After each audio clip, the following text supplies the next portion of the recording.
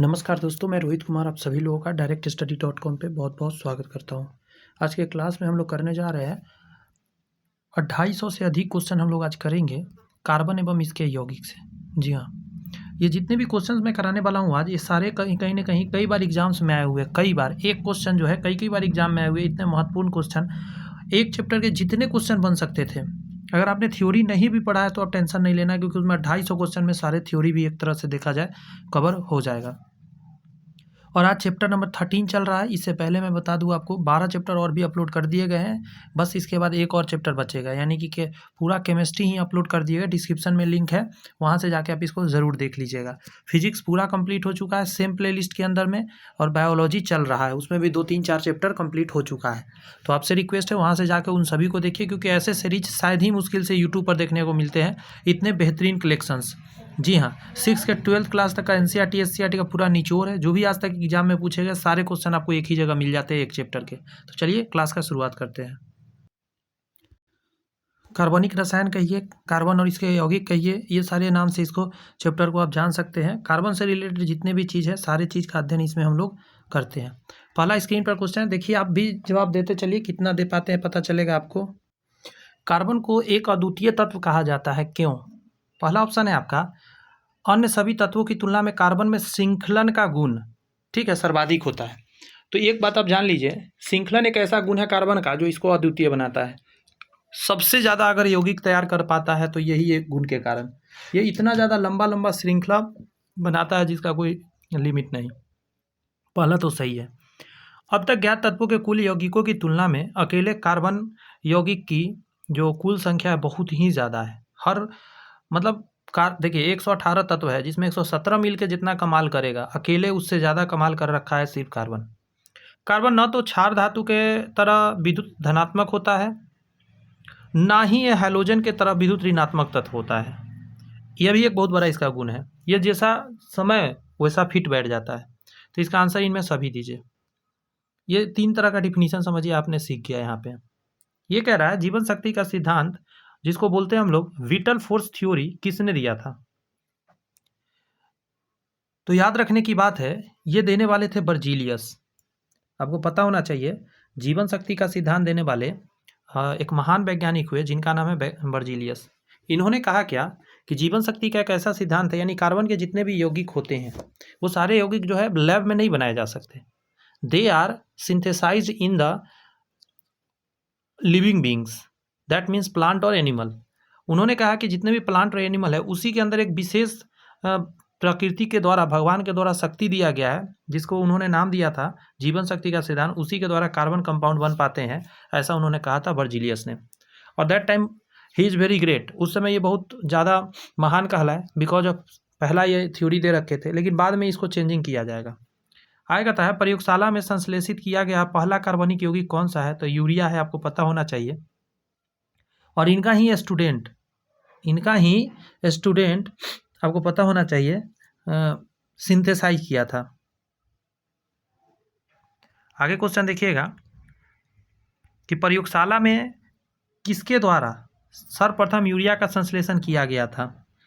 तो सबसे पहले जो यूरिया बनाने वाले थे इन्हीं के स्टूडेंट थे, जैसा मैंने कहा भोलर ने बनाया था। भोलर साहब ने सबसे पहले बनाया था, याद रखिएगा। अच्छा, पीछे वाले क्वेश्चन में आता हूँ, एक क्वेश्चन और चीज़ बताता हूँ।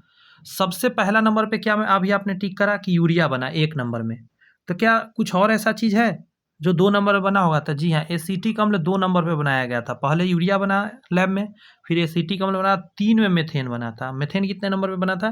3 नंबर पे सिंथेसाइज किया गया था लैब में। क्लियर हो गई बातें? ये क्वेश्चन भी तो मैंने क्लियर कर दिया कि बोहलर साहब ने क्या किया था, सबसे पहले यूरिया का संश्लेषण किया था। आगे आइए। अच्छा, ये भी मन में आ रहा होगा, उसको भी क्लियर यहीं कर देता हूँ।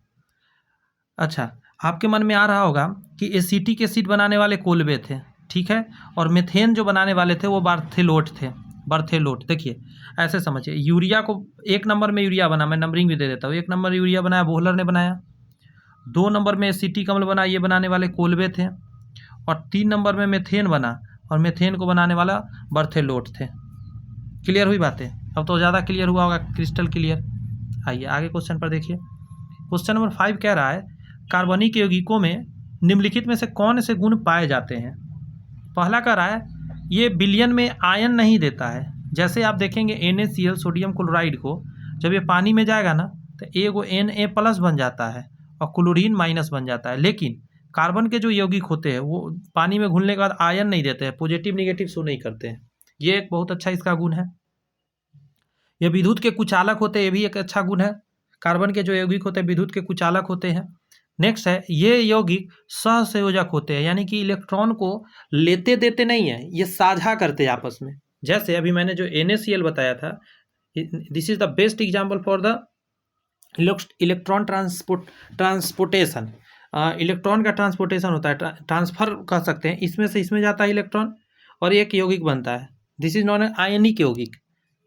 यहाँ पे इलेक्ट्रॉन का ट्रांसफर हो रहा है because of this is known as ionic यौगिक। But in the carbon compound just like methane CH4, अगर मैं इसके नॉर्मल सूत्र की बात करूँ तो आप ऐसे देखेंगे, इसमें आप देख रहे हैं जितने हम चारों तरफ जो मैंने एक लाइन खींचा है ये क्या है पता है? इलेक्ट्रॉन का साझा है। इस लाइन के इस कॉर्नर पे इसके इलेक्ट्रॉन है, इस कॉर्नर पे कार्बन के इलेक्ट्रॉन है और दोनों आपस में सिर्फ साझा किया है, बॉन्डिंग किया है, किसी ने दिया लिया नहीं है।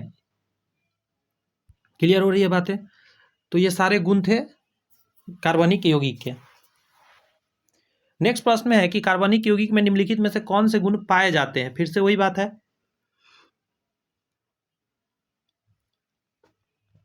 पहला पॉइंट में कह रहा है ये रंगहीन एवं गंधहीन होते हैं। गलत बात है। बहुत ऐसे कार्बनिक यौगिक है जिसमें कलर भी होता है, बहुत में रंग भी होता है, सुगंध भी होता है। नेक्स्ट है एक कार्बनिक विलायकों में विलय होते हैं। तो आपको पता होना चाहिए कार्बनिक विलय में यहाँ अविलय लिखा है लेकिन ये कार्बनिक विलय में मिल जाता है, समझे? ये गलत है। इसके क्वथनांक तथा द्रव्यनांक निम्न होते हैं, ये सही बात लिखा गया है। इसका द्रव्यनांक और क्वथनांक निम्न क्वालिटी के होते हैं। और आयनिक यौगिक जो होते हैं मेटल्स और नॉन मेटल के बीच जो बने होते हैं उसके जो द्रव्यनांक और क्वथनांक होते हैं वेरी हाईली उच्च होते हैं। नेक्स्ट है ये समावयवता प्रदर्शित नहीं करते, तो ये गलत बात है। समावयवता सबसे ज़्यादा प्रदर्शित कार्बन कंपाउंड ही करते हैं।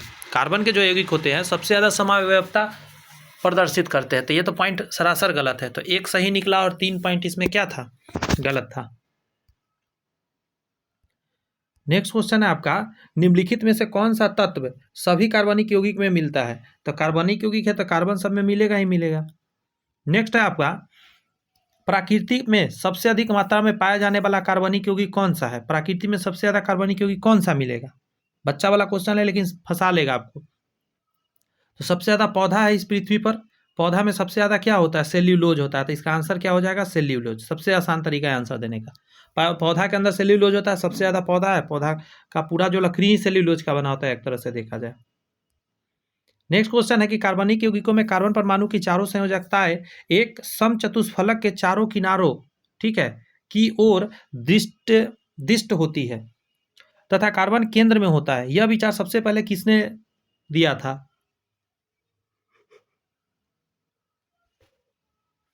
तो इस व्यक्ति का नाम था, वैज्ञानिक का, लीबेल तथा वांट हाफ ने दिया था। लीबेल तथा वांट हाफ ने दिया विचार दिया था कि ये कार्बन अगर होता है तो इसके चारों तरफ में ना ये अपना बाँह फैला के साझा कर सकता है इलेक्ट्रॉन।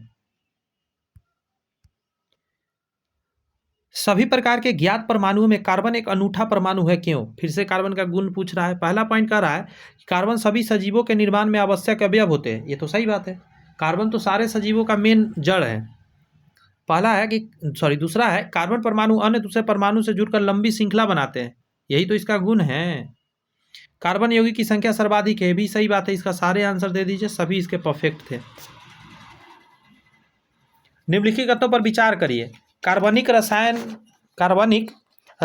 में कार्बन के यौगिकों का अध्ययन किया जाता है। बताइए जरा, कार्बनिक रसायन में कार्बन के यौगिक का अध्ययन किया जाता है, तो कार्बन रसायन के अंदर क्या इसका पढ़ेंगे हम? कार्बन के बारे में। सही है ये। नेक्स्ट है कार्बनिक रसायन वस्तुतः हाइड्रोकार्बन और उसके व्युत्पन्न के रसायन है, ये भी सही बात है। असल में कार्बनिक रसायन कहने से क्या मन में आता है? कार्बन से रिलेटेड यौगिक, तो ये तो सही पॉइंट हो गए। दोनों पॉइंट इसके करेक्ट थे। नेक्स्ट पॉइंट में है कि कार्बनिक यौगिकों में किस प्रकार रासायनिक बंधन होता है। कार्बनिक यौगिकों में किस प्रकार का रासायनिक बंधन होता है, तो याद रखने वाली बात है सहसंयोजक बंधन होता है कार्बनिक रसायन में।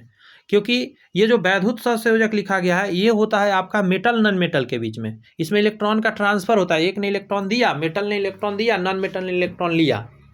जैसे एक एग्जाम्पल कैल्शियम ऑक्साइड हो गया, कैल्शियम ने इलेक्ट्रॉन दिया, ऑक्सीजन ले लिया, ये 2 इलेक्ट्रॉन देता है, ये 2 इलेक्ट्रॉन लेता है। तो इसका क्लियर हो गया, सहसंयोजक यौगिक बनता है। इस क्वेश्चन में कह रहा है निम्नलिखित तत्वों के तुलना में कार्बन के कुल यौगिकों की संख्या अधिकतम होती है, क्योंकि फिर से आ गया कार्बन के गुण का ही बात कर रहा है। कहा जा रहा है कार्बन की संयोजकता 4 होती है, कार्बन में श्रृंखलन गुण पाया जाता है, कार्बन अधातु है, कार्बन प्रकृति में बहुतायत रूप में पाए जाते हैं। बताइए क्या आंसर देंगे इसके आप। तो सबसे बड़ा जो इसका आंसर मतलब देना सही रहेगा कि कार्बन में श्रृंखलन का गुण पाया जाता है। This is the best answer, क्योंकि इसके यौगिक सबसे ज़्यादा इसी वजह से होता है, श्रृंखला बना के। नेक्स्ट है निम्नलिखित में कौन सा यौगिक कार्बनिक यौगिक नहीं है। तो आपको बता दें हम कि कार्बन डाइऑक्साइड और कार्बन मोनोऑक्साइड जैसे CO और CO2 को कार्बन से बना है, लेकिन कार्बनिक यौगिक से इसको अलग रखा गया, इसको अकार्बनिक में हम लोग पढ़ते हैं। दोनों कार्बनिक यौगिक में नहीं आता, यही दोनों कार्बन के हैं, फिर भी बेचारों को कार्बनिक यौगिक का दर्जा नहीं मिला। बस समझ में आया। कभी कभी नालायक बच्चा निकल जाता है, घर में होता है लेकिन उसको बेटा कोई नहीं कह रहा होता, नालायक नालायक कह रहा होता, वही हाल इसका है। कार्बन का फिर भी इसके लक्षण ठीक नहीं है, इसलिए इसको कार्बनिक यौगिक में नहीं रखा गया है। निम्नलिखित में कौन कार्बनिक यौगिक है, कार्बनिक यौगिक है, तो आंसर क्या हो जाएगा क्लोरोफॉर्म। क्लोरोफॉर्म जो है यह कार्बनिक यौगिक। क्या आप सूत्र जानते हैं क्लोरोफॉर्म का? नहीं जानते? मैं बता देता हूँ। जैसे मेथेन से ना 3 क्लोरीन जोड़ दीजिए मेथेन में, CHCl3 कर दीजिए। क्या करना है? CHCl3, मेथेन होता है ना CH4, उसमें से 3 हाइड्रोजन निकालिए और उसके साथ क्या लगा दीजिए, प्रेम से आप उसके साथ लगा सकते हैं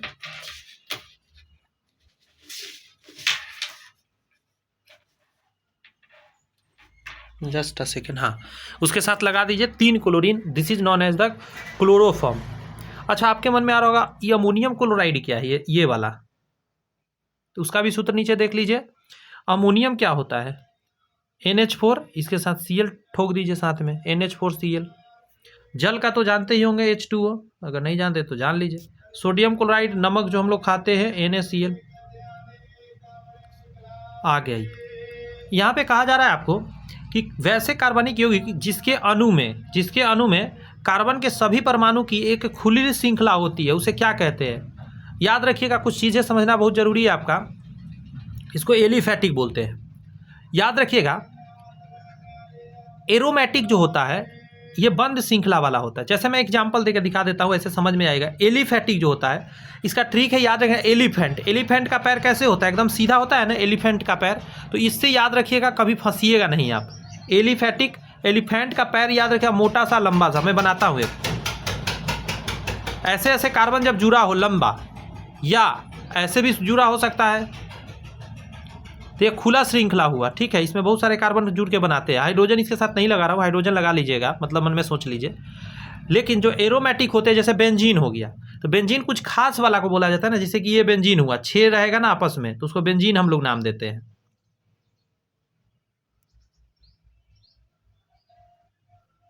देखिए ये बेंजीन हुआ 6 के साथ, लेकिन ऐसा नहीं है। आप छोटा सा भी देख सकते हैं, जैसे 3, सब मिनिमम 3 होना चाहिए। 3 कार्बन से भी तो बन गया, फिर 4 कार्बन से भी तो बन जाएगा। देखिए बंद है ना, ये सब क्लोज, तो ये क्लोज फिगर बन जाता है। ये सब क्या कहलाता है? एरोमेटिक के अंतर्गत ये सारे आते हैं। क्लियर है बात? नेक्स्ट है कि बेंजीन तथा फिनॉल किस प्रकार के कार्बनिक यौगिक के अंतर्गत रखे गए हैं? तो इसको एरोमेटिक रखा जाता है। कहाँ? एरोमेटिक का मतलब है क्लोज फिगर, और एलिफैटिक मतलब एलिफेंट का पैर सीधा, आसान से याद रहेगा। निम्नलिखित में कौन एलिफैटिक है? एलिफैटिक खुला हुआ, तो एल्कीन और एल्काइन, ये तीनों जो है ग्रुप, ये सभी क्या है? एलिफैटिक है। ये सभी खुला श्रृंखला वाला है। क्या आप इसके सामान्य सूत्र जानते हैं? कभी आपने सोचा है एल्केन का क्या होता है? तो मैं यहाँ लिख देता हूँ, CnH2n और +2। दिस इज द सामान्य सूत्र ऑफ एल्केन। आणविक सूत्र भी कह सकते हैं। एल्कीन की बात करिएगा तो CnH2n, बस बस बस इतना ही। अगर आप एल्काइन का बात करिएगा तो CnH2n और -2। ये बहुत ज़्यादा इंपॉर्टेंट है आपके लिए, पूछेगा डायरेक्ट एग्जाम में, कितनी बार पूछा हुआ है ये क्वेश्चन, तो याद रखिए। आगे होगा भी क्वेश्चन, इस सीक्वेंस में हम लोग बढ़ेंगे तो आगे मिलेगा भी ये क्वेश्चन, अभी यहाँ पे फिलहाल याद कर लीजिए। जैसे एल्केन में होता है, ये याद रखिएगा, संतृप्त होता है CnH2n+2, इसमें कोई भी डबल बॉन्ड नहीं होता है या ट्रिपल बॉन्ड। लेकिन ये जो है एल्कीन, इसमें डबल बॉन्ड होता है, तो ये असंतृप्त है। और उससे भी ज़्यादा असंतृप्त ये होता है, इसमें ट्रिपल बॉन्ड होता है, CnH2n-2। चलिए आगे बढ़ेंगे, फिर बताएंगे आगे। निम्नलिखित में से कौन एक विषम चक्रीय यानी हेट्रोसाइक्लिक कार्बनिक यौगिक है? विषम चक्रीय यौगिक कौन सा है? तो देखिए, समचक्रीय में ना जितने भी कार्बन 6 होते हैं बेंजीन का या जो भी है, उसमें सभी सेम होते हैं, लेकिन जब उसमें बदल जाते हैं तो उसको हम लोग क्या नाम से जानते हैं? विषम चक्रीय के नाम से। जैसे इसको बोलते हैं पिरीडीन। पिरीडीन जो होता है विषम चक्रीय में आता है। लेकिन सिर्फ पिरीडीन ही कहना अच्छा नहीं है। पिरीडीन हो गया, थियोफीन हो गया, फ्यूरॉन हो गया, ये सभी विषम चक्रीय के अंतर्गत रखा जाता है। ठीक है, और भी नाम सुन लीजिए। पिरीडीन तो आप जाने ही जाने, जैसे थियोफीन भी हो गया, फ्यूरॉन हो गया, ये सभी आ जाता है क्या चीज़ के अंदर? विषम चक्रीय के अंतर्गत। तो इसका तो फिलहाल याद तीनों रख लेना है आपको। आइए, यहाँ पे कह रहा है कार्बनिक यौगिकों में उपस्थित परमाणुओं का समूह। किसका समूह? परमाणुओं का समूह जो कार्बनिक यौगिक को रासायनिक गुण प्रदान करते हैं, उसे कहा जाता है, उसको हम लोग कहते हैं क्रियाशील समूह कहते हैं। उसको क्या कहते हैं? क्रियाशील समूह कहते हैं। इसी के आधार पर उसके पूरे गुण जो होते हैं डिसाइड होते हैं। ये तो बहुत लोग जानते भी रहे होंगे। ये कह रहा है सही बताना है, नीचे देख लीजिए लिखा गया है। पहला पॉइंट है कि कार्बनिक यौगिक का रासायनिक गुण, कौन सा रासायनिक गुण? उसमें उपस्थित क्रियाशील समूह पर निर्भर करता है। 100% सही बात है। उसका रासायनिक गुण क्रियाशील समूह पर ही निर्भर होता है जो उसके लगे रहते हैं। आगे है कि सामान्य क्रियाशील समूह वाले सभी कार्बनिक यौगिकों की रासायनिक अभिक्रिया समान होती है। तो जी हाँ, अगर क्रियाशील समूह समान है तो उसका जो गुण होगा एकदम रासायनिक गुण समान ही होगा। तो ये दोनों परफेक्ट आंसर जाएंगे, दोनों सही है। यहाँ पे कहा जा रहा है, आपसे पूछ रहा है कि कीटोन में कौन सा अभिक्रियाशील मूलक उपस्थित रहता है? कीटोन के अंदर कौन सा रहता है? तो एक बार मैं ये लिस्ट ही दिखा देता हूँ आपको। कीटोन के अंदर ऐसे आंसर दीजिएगा, ये रहता है C11O रहता है, समझे? और ये जो दिया गया है -CHO एल्डिहाइड का है, एल्डिहाइड का है। ये जो है अल्कोहल का है। बात समझ में आ रहा है? ये है कार्बोक्सिलिक एसिड का, इसका एक और नाम है एसेटिक एसिड भी इसको बोलते हैं। तो आइए इसके पूरे लिस्ट ही मैं आपके बीच रखता हूँ, ठीक है? थोड़ा मुझे टाइम दीजिए, मुझे निकालने में थोड़ा देर टाइम लगेगा, थ्योरी में मुझे जाना पड़ेगा, बट बस थोड़ा देर।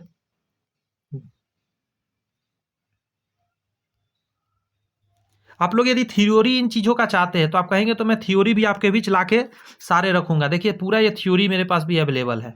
मैं अभी जितने भी ऑब्जेक्टिव है वो करा रहा हूँ, लेकिन आपका अगर इजाज़त होगा तो मैं थ्योरी भी लाऊंगा। आइए इस सारे फंक्शनल ग्रुप को एक नज़र मार लीजिए। मैं चाहूँगा अगर आपका मन करे तो स्क्रीनशॉट नहीं हो आपके पास एक जगह, तो आप स्क्रीनशॉट करके इसको लिख लीजिए। यहाँ से क्वेश्चन एकदम गारंटीड एक एग्जाम में रह रहा है आजकल। जैसे इसमें पहला को देखिएगा, यहाँ सारा कुछ दिया गया। अभिलक्षणिक समूह जिसको बोलते हैं फंक्शनल ग्रुप, जैसे यहाँ पे देखिए कैसे है। कार्बन के बीच में डबल बॉन्ड लगा है, 2 गो इधर खुला है, 2 गो उधर खुला है, यानी कि 4 गो इसमें एल्कील समूह आके लगेगा। ठीक है, यह है अल्कीन है। अल्कीन का मतलब होता है जिसमें डबल बॉन्ड होना जरूरी है। अल्काइन, जैसे ये अल्काइन है तो इसमें ट्रिपल बॉन्ड जरूरी है। अल्कीन में डबल बॉन्ड, अल्काइन में ट्रिपल बॉन्ड। आप इसमें देखेंगे दोनों तरफ खुला हुआ है, 2 इधर से आके एल्कील समूह जुड़ सकता है इसमें। आगे याद रखिएगा इसके लास्ट में इन लगता है। क्या लगता है? ENE, इन लगता है। जैसे यहाँ पे एक एग्जाम्पल दिया गया है आपको, CH3-CH ट्रिपल बॉन्ड 2 लिखा गया है। अच्छा ये तो गड़बड़ है, ये हम स्प्रिंट है दोस्त, यहाँ पे डबल बॉन्ड होगा। यहाँ जो 3 लाइन आपको दिख रहा है ना, ये जो मैं बड़ा करके दिखाता हूँ क्या मैं बोलना चाह रहा हूँ। यहाँ बाय मिस्टेक प्रिंट है, यहाँ पे डबल बॉन्ड नहीं होगा, यहाँ से 2 लाइन सिर्फ बनेगा। ठीक है, इसका नाम है प्रोपीन। आपको मैं एक बार लिस्ट बोलता हूं, अगर आपके पास अवेलेबल नहीं है तो आप एक बार लिख लीजिए लिस्ट। थोड़ा सा वीडियो स्लो कर लीजिएगा और लिख लीजिएगा, मैं बोल रहा हूं। जैसे सबसे पहला जो होता है उसको बोलते हैं हम लोग मेथेन।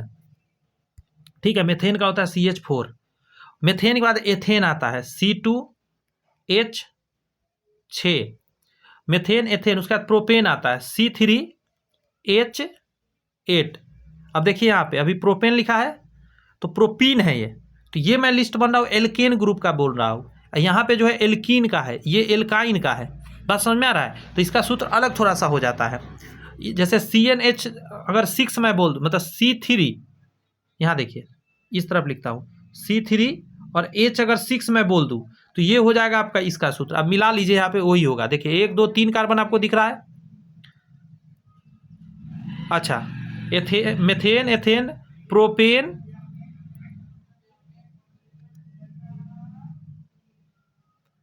यहाँ पे थोड़ा सा और भी मिस प्रिंट है, समझे? ये यहाँ गड़बड़ लिखा गया, इसको थोड़ा सही करना पड़ेगा। पहले ये लिस्ट मैं बोल देता हूँ, फिर मैं इसको सही कराता हूँ। देखिए पहला मेथेन हुआ, फिर एथेन हुआ, मेथेन एथेन प्रोपेन, उसके बाद ब्यूटेन होता है, पेंटेन होता है, हेक्सेन होता है, हेप्टेन होता है, ऑक्टेन होता है, नोनेन होता है, डेकेन होता है। आप ये सारे वीडियो पीछे करके एक बार नाम लिख लीजिए और आपने ये खुद से ही बना लीजिएगा सबका। जैसे यहाँ पे 1 लिखिएगा तो इसका यहाँ पे डबल करके 2 जोड़ दीजिएगा। फिर जैसे यहाँ 2 लिखिएगा तो डबल करके 2 जोड़ दीजिएगा। 3 लिखिएगा तो डबल करके 2 जोड़िएगा। इसी मान के जैसे हेप्टेन का लिखना है तो 7, H के साथ क्या लिखिएगा? तो कार्बन के साथ तो 7 लिखिएगा, उधर लिख दिएगा 7 दूनी 14, 2 16 कर दीजिएगा, ऐसे करके। अब देखिए यहाँ पे क्या प्रॉब्लम है उसको मैं समझाने की कोशिश करता हूँ। जैसे CnH2n होता है, ये सूत्र किसका है पता है? ये है आपका इसका, ये जो चल रहा है इन वाले का, यहाँ इसका है। तो जैसे 3 कार्बन इसमें दिख रहा है ना, तो 3 कार्बन डाल के बना लेते हैं सूत्र। मैं बताना चाह रहा हूँ यहाँ गलती कैसे है। 3 कार्बन यहाँ डाल दिया मैंने, ठीक है, यहाँ नीचे 3 डाला तो हाइड्रोजन के साथ 6 हो जाएगा। अब यहाँ पे 6 होना चाहिए था, यहाँ पे देखिए गड़बड़ सरबर है। यहाँ पे क्या दिया गया है? तो आप कहेंगे यहाँ पे C2 लिखा गया है, जो कि ऐसा नहीं होना चाहिए। पहला का नाम एथेन है, सॉरी एथीन, गौर से सुनिएगा। मेथीन जैसा चीज़ इसमें नहीं होता है। इसमें 2 नंबर से स्टार्ट होता है, कार्बन 2 से मिनिमम स्टार्ट होगा। डबल बॉन्ड अगर कार्बन के बीच चाहिए तो मिनिमम 2 कार्बन तो चाहिए। तो मेथीन ग्रुप इसमें नहीं होता, इसमें एथीन से शुरू होता है। तो ethene, propene, butene, pentene, hexene, heptene, nonene, decene, ऐसे करके, ऑक्टीन एक छूट गया था, तो ऐसे करके होता है। तो इसी सूत्र पर अगर आप सेट करिएगा, ये जो सूत्र है जिसको मैं अभी राउंड किया हूँ, तो इस आधार पर ये तो गड़बड़ है। आइए मैं इसको थोड़ा सही कर देता हूँ जूम करके। क्या होना चाहिए? प्रोपीन का सूत्र, तो CH3 यहाँ सही है, CH यहाँ सही है, यहाँ डबल बॉन्ड होगा और यहाँ पे ना H छूट गया है और यहाँ 2 लिखना छूट गया है, ठीक है, ये होना चाहिए। अब परफेक्ट हो गया, कार्बन 3 हो गया, समझे? और शुरू वाला के देखिए हर कार्बन का ना 4 पुराना रहता है, समझे? तो 3 हाइड्रोजन हो गया और एक बॉन्ड ये जो बीच में दिख रहा है जिसको मैंने अभी प्लस कर दिया, ये बॉन्ड हो गया। तो टोटल देख लीजिए 4 बॉन्ड पहले वाला कार्बन का हो गया। अब ये 20 कार्बन का देखिए, इस कार्बन का भी 4 को पूर जाएगा। एक हाइड्रोजन के साथ बनेगा, एक पीछे में इधर बना रहा है, 2 हो गया और यहाँ डबल बॉन्ड है ये आगे वाला कार्बन के साथ, ठीक है। तो ऐसे करके आप देख सकते हैं। और यहाँ पे अगर H2 जैसी लिखिएगा तो इसका भी 4 पूर जाएगा। 2 तो यहाँ पे बना रहा है इस तरफ में और 2 हाइड्रोजन के साथ हो जाएगा। चलिए कोई नहीं, होता है मिस प्रिंट, थोड़ा सा ज़्यादा नहीं है, छोटी सी बात है। तो ये तो मुझे लगता है क्लियर हो गया बात। डबल बॉन्ड रहता है, अल्कीन ग्रुप कहलाता है, यौगिक का वर्ग है और इसमें इन लगता है लास्ट में, जैसे यहाँ पे प्रोपीन हो गया। आगे का रहा है ट्रिपल बॉन्ड वाला को हम लोग क्या बोलते हैं? कार्बन कार्बन ट्रिपल बॉन्ड, यहाँ डबल बॉन्ड था, इसको अल्काइन कहते हैं, अल्काइन ग्रुप है। और आइन लास्ट में लगता है, नाम के लास्ट में, और इसमें देख सकते हैं प्रोपाइन यहाँ पे हो चुका है। ये दोनों तो लमसम लोग जानते रहेंगे। अब आइए यहाँ से थोड़ा सा अच्छे से देखिएगा, ये हैलोजन ग्रुप है, ये जो है इसको देखिएगा, आपको यहाँ फोकस करना है, ठीक है। इसके ऊपर ही डैश करके लिखा हुआ है, डैश करके ऐसे एक्स लिखा हुआ है। एक्स हमेशा हाइलोजन ग्रुप को बताता है। हाइलोजन में क्या क्या आता है? Fluorine, chlorine, bromine, iodine. Fluorine, chlorine, bromine, iodine आता है, जो कि वहाँ लिखा गया है एक्स बराबर F comma chlorine comma bromine comma iodine लिखा गया है। और इसको बोलते क्या है? तो हैलोजन बोलते हैं। क्लियर है बात? अच्छा, इसको कौन सा ग्रुप में आता है? तो हैलाइड ग्रुप में आता है। इसमें कुछ लास्ट में लगता नहीं है, यहाँ पे देख लीजिएगा जरा, जैसे CH3 डैश CH2Br है, तो जितने नंबर पे रहेगा उतना में लगा देना ब्रोमो। और एथेन में लगा है तो एथेन, एथीन में लगेगा तो एथीन, एथाइन में लगेगा तो एथाइन, ऐसे करके नाम पड़ेगा इसका। तो इसको याद रखिएगा। हैलोजन ग्रुप आपसे यही पूछेगा कि अगर कहीं ऐसे एक्स लगा हुआ है तो इसको क्या बोला जाता है, तो इसको हम लोग हैलाइड बोलते हैं, हैलोजन ग्रुप होता है, बस इतना पूछेगा आपसे। या कभी सूत्र इस टाइप का दिया रहेगा और आपसे पूछेगा इसमें कौन सा फंक्शनल ग्रुप है, तो आपको हैलोजन फंक्शनल ग्रुप बोलना रहेगा Br देखकर। क्लियर हुई एक बात है।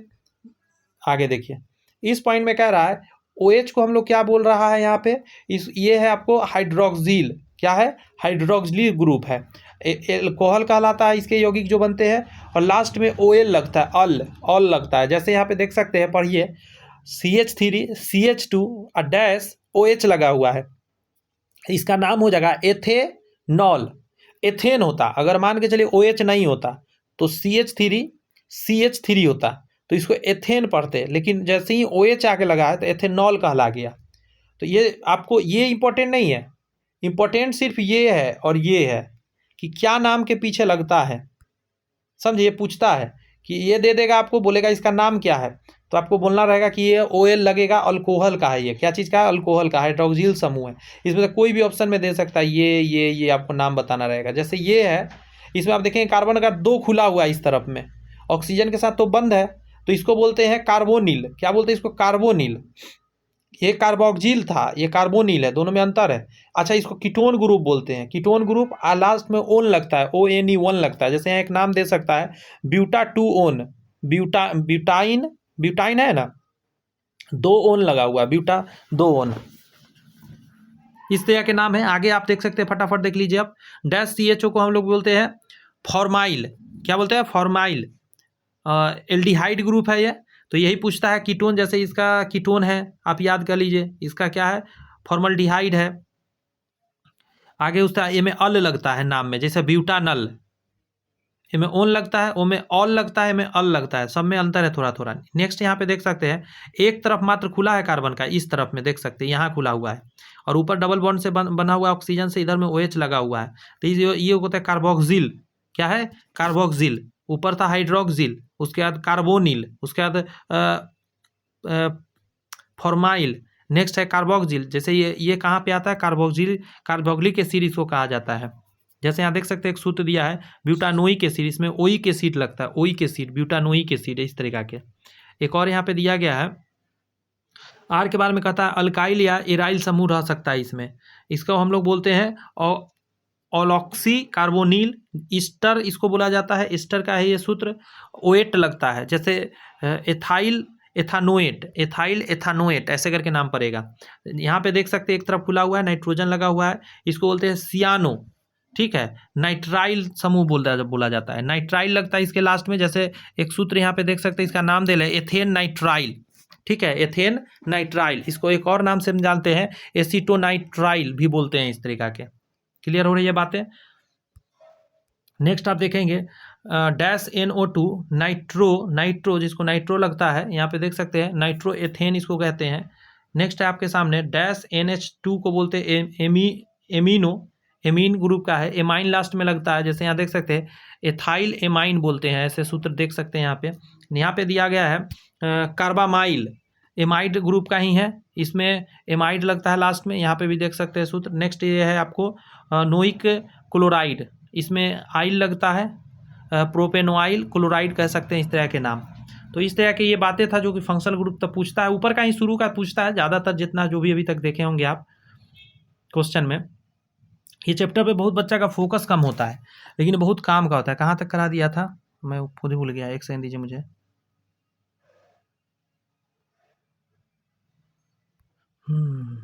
फंक्शनल ग्रुप बता रहा था ना ये, हाँ आ गया, यहाँ देखिए। और थोड़ा सा आपके माइंड का रिवाइज होगा, वहाँ पे आपने अभी देखा है, देखिए माइंड लगाकर, इसको क्या मैंने बोला था, डैश OH को अल्कोहल बोला था, याद आया। अच्छा, इस क्वेश्चन में कीटोन पूछ रहा है, कीटोन का आंसर क्या दे दीजिएगा। तो ये जो था, इसमें एगो लाइन यहाँ खींचना जरूरी है, ऐसा होता है ये परफेक्ट इसका है सूत्र, ठीक है। और नहीं भी होता कोई दिक्कत नहीं, ऐसे भी कहीं कहीं दिया हुआ रहता है, उससे कोई घबराने की बात नहीं है, दोनों उसी का है, ये भी उसी का है, ये भी उसी का है, ठीक है, ऐसा रहना चाहिए। और यहाँ पे एक और खुलना चाहिए इधर से, ऐसे इसमें इधर खुलेगा, जैसे मान के चलिए इसमें डबल ऐसे यहाँ से खुलता दिया नहीं गया है, ठीक है, 2 खुलना चाहिए, तभी तो परफेक्ट बैठेगा। तो यही है आपका दो खुलने वाला, क्या है, कीटोन का है ये। तो अभी ये कीटोन का हो गया, यहाँ डबल खुलेगा। अच्छा, ये है अल्कोहल का, ये है आपका एसिटिक एसिड का ही है, या इसी को कार्बोक्सिलिक एसिड बोला जाता है। कार्बोक्सिलिक एसिड पेड़ पौधा से ज़्यादा प्राप्त होता है। ये इसका मैंने क्या बताया था, डैश CHO, इसको एल्डिहाइड बोलते हैं। इसी में से एग्जाम में रहेगा, आप ज़्यादा नहीं टेंशन लीजिएगा, ज़्यादा इधर उधर माथा दर्द नहीं कराएगा, आप टेंशन ना लीजिए, इतना आपको पकड़ना है खाली। जैसे यहाँ पे देखिए, एल्कोहल का OH, एल्डिहाइड का CHO, यहाँ तक सही है। कीटोन का भी मैंने बताया, इसमें डबल खुलता है इधर, ऐसे ध्यान रखिएगा, पीछे 2 गो लगेगा। कीटोन भी हो गया, एल्डिहाइड हो गया। ईथर का गड़बड़ दे दिया है, बात समझे। ईथर का जो होता है वो ऐसा होता है, ऐसे बीच में ऑक्सीजन और ऐसे, बात समझे।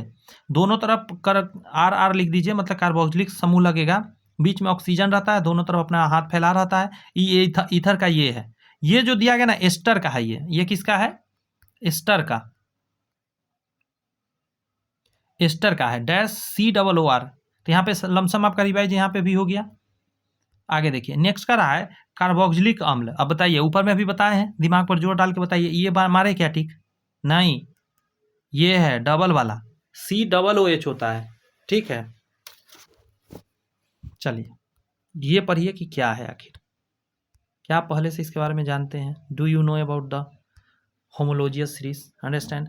समजातीय श्रेणी, जिसको कि होमोलॉजियस सीरीज बोलते हैं। पहला है, समजातीय श्रेणी के सभी यौगिकों को एक ही सामान्य सूत्र द्वारा निरूपित किया जाता है। तो जी हाँ,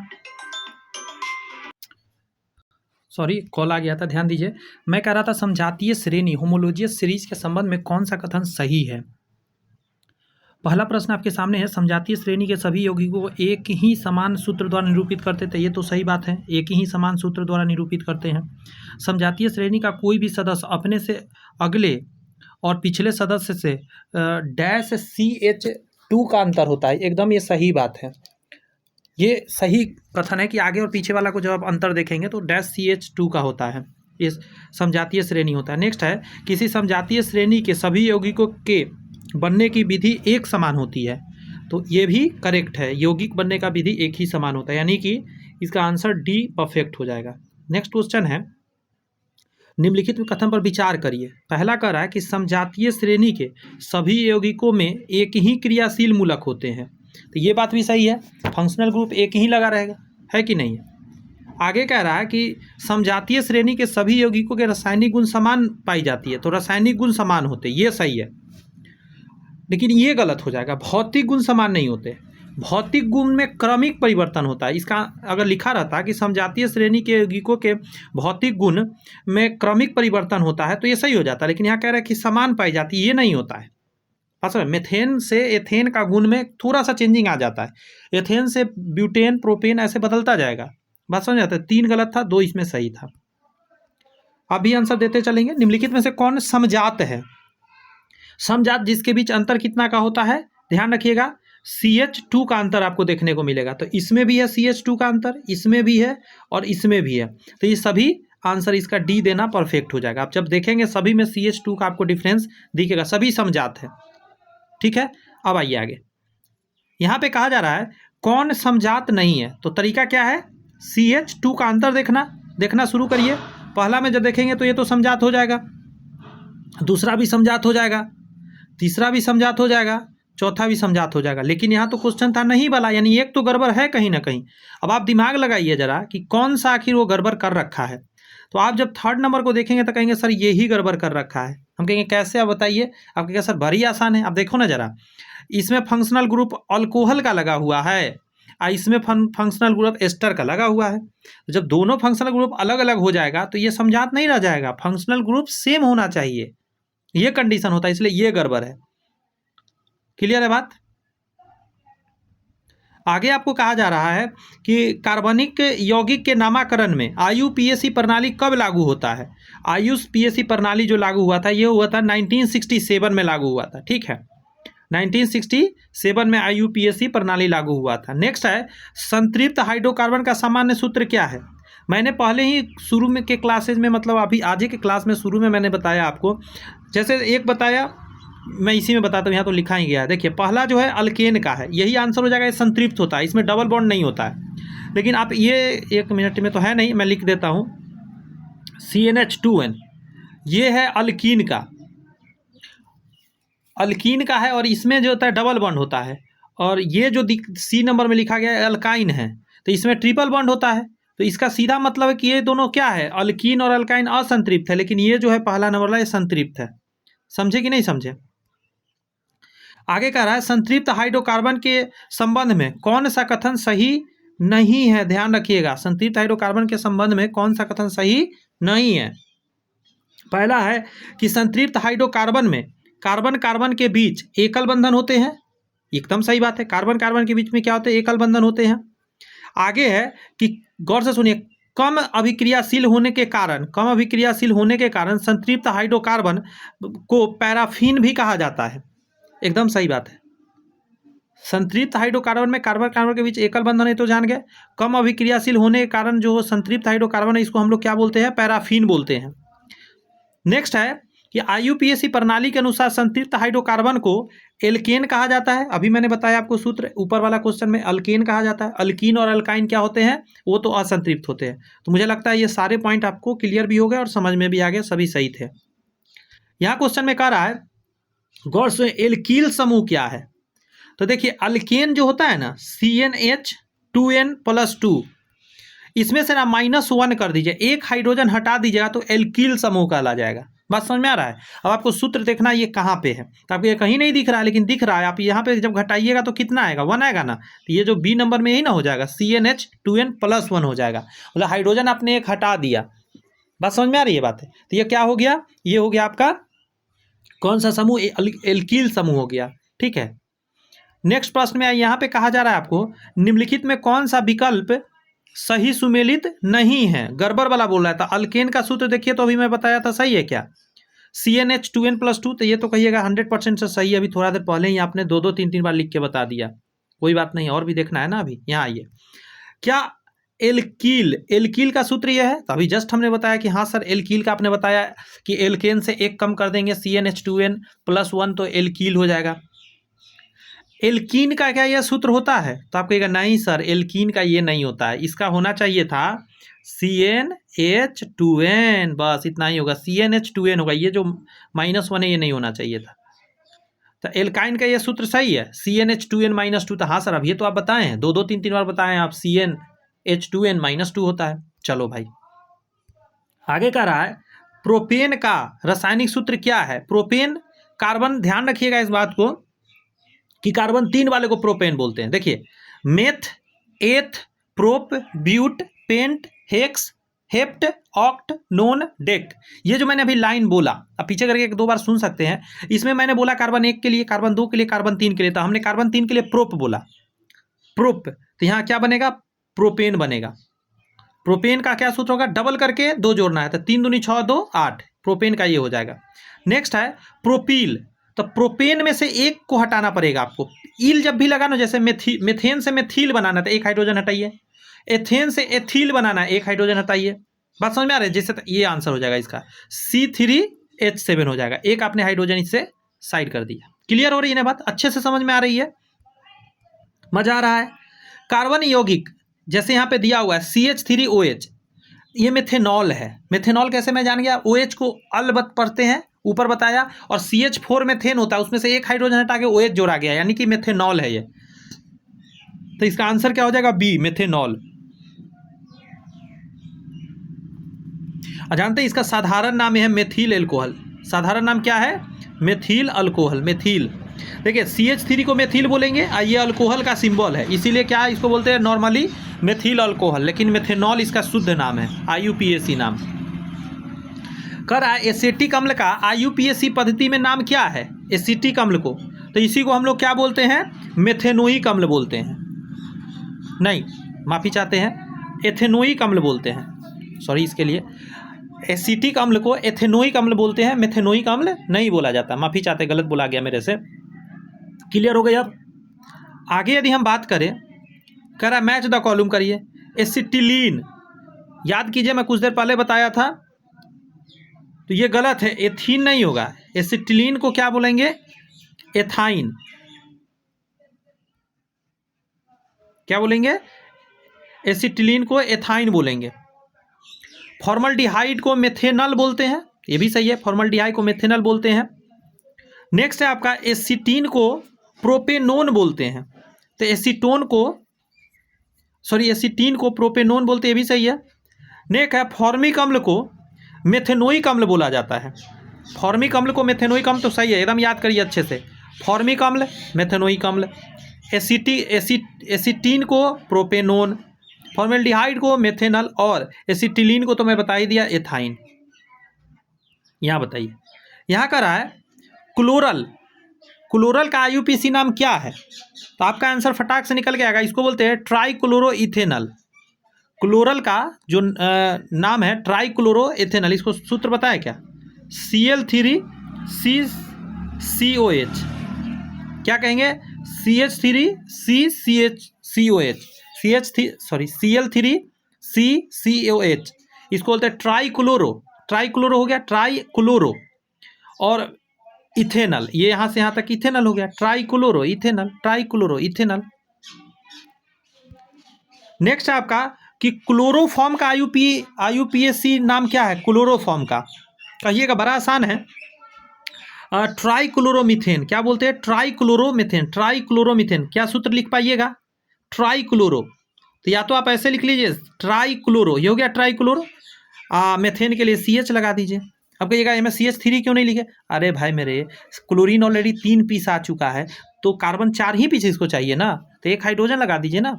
तो ट्राइक्लोरोमीथेन को क्लोरोफॉर्म कहा जाता है।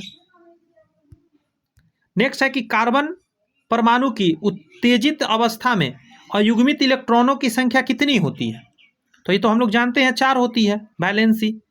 आगे है आपका प्रश्न कि निम्नलिखित युग्मों में से कौन समजात है, समान है? तो प्रोपेनोन और ब्यूटानोन, प्रोपानोन और ब्यूटानोन समान है। अब देखिए में मेथेन है, लीन है, बदल गया, एल्कोहल है यहाँ पे और ईथर है, ये भी बदल गया। तो ऐसे करके ये आंसर हो जाएगा 1। अब इसको पढ़िए, अगला क्वेश्चन 43। ऐसे कार्बनिक यौगिक जिसके अणुसूत्र समान होते हैं, ध्यान रखिएगा अणुसूत्र समान हो गया, इस पर मेन फोकस करना है आपको, और संरचना सूत्र भिन्न हो गया, संरचना सूत्र में तो अंतर आ गया, तो इसको क्या नाम से हम लोग जानते हैं? तो आंसर दीजिएगा इसको, हम लोग इसको बोलते हैं समायवी बोलते हैं, समायवी। आणविक सूत्र सेम है, संरचना बदल रहा है, तो समायवी इसको बोलते हैं। कह रहा है समायवी यौगिक भिन्न प्रदर्शित करते हैं, भिन्नता प्रदर्शित करते हैं। भाई कैसा ये भिन्नता प्रदर्शित करता है? तो आपका आंसर निकल के आएगा, ये उपयुक्त में से हर तरह का समायवी प्रदर्शित करता है। संरचना सूत्र में अंतर हो सकता है ये समायवी का, भौतिक गुण अंतर हो सकता है, रासायनिक गुण अंतर हो सकता है, समायवी का ये सारे लक्षण होते हैं। क्लियर हो रही है बातें? नेक्स्ट है आपका समायवी यौगिक समानता प्रदर्शित करते हैं, समायवी यौगिक समानता प्रदर्शित करते हैं। आपका आंसर निकल के आएगा अणुसूत्र में। ठीक है, समायवी यौगिक, यहाँ पे समझिएगा जरा, यहाँ पे विभिन्नता था, बातों को थोड़ा समझने का गौर करा कीजिए।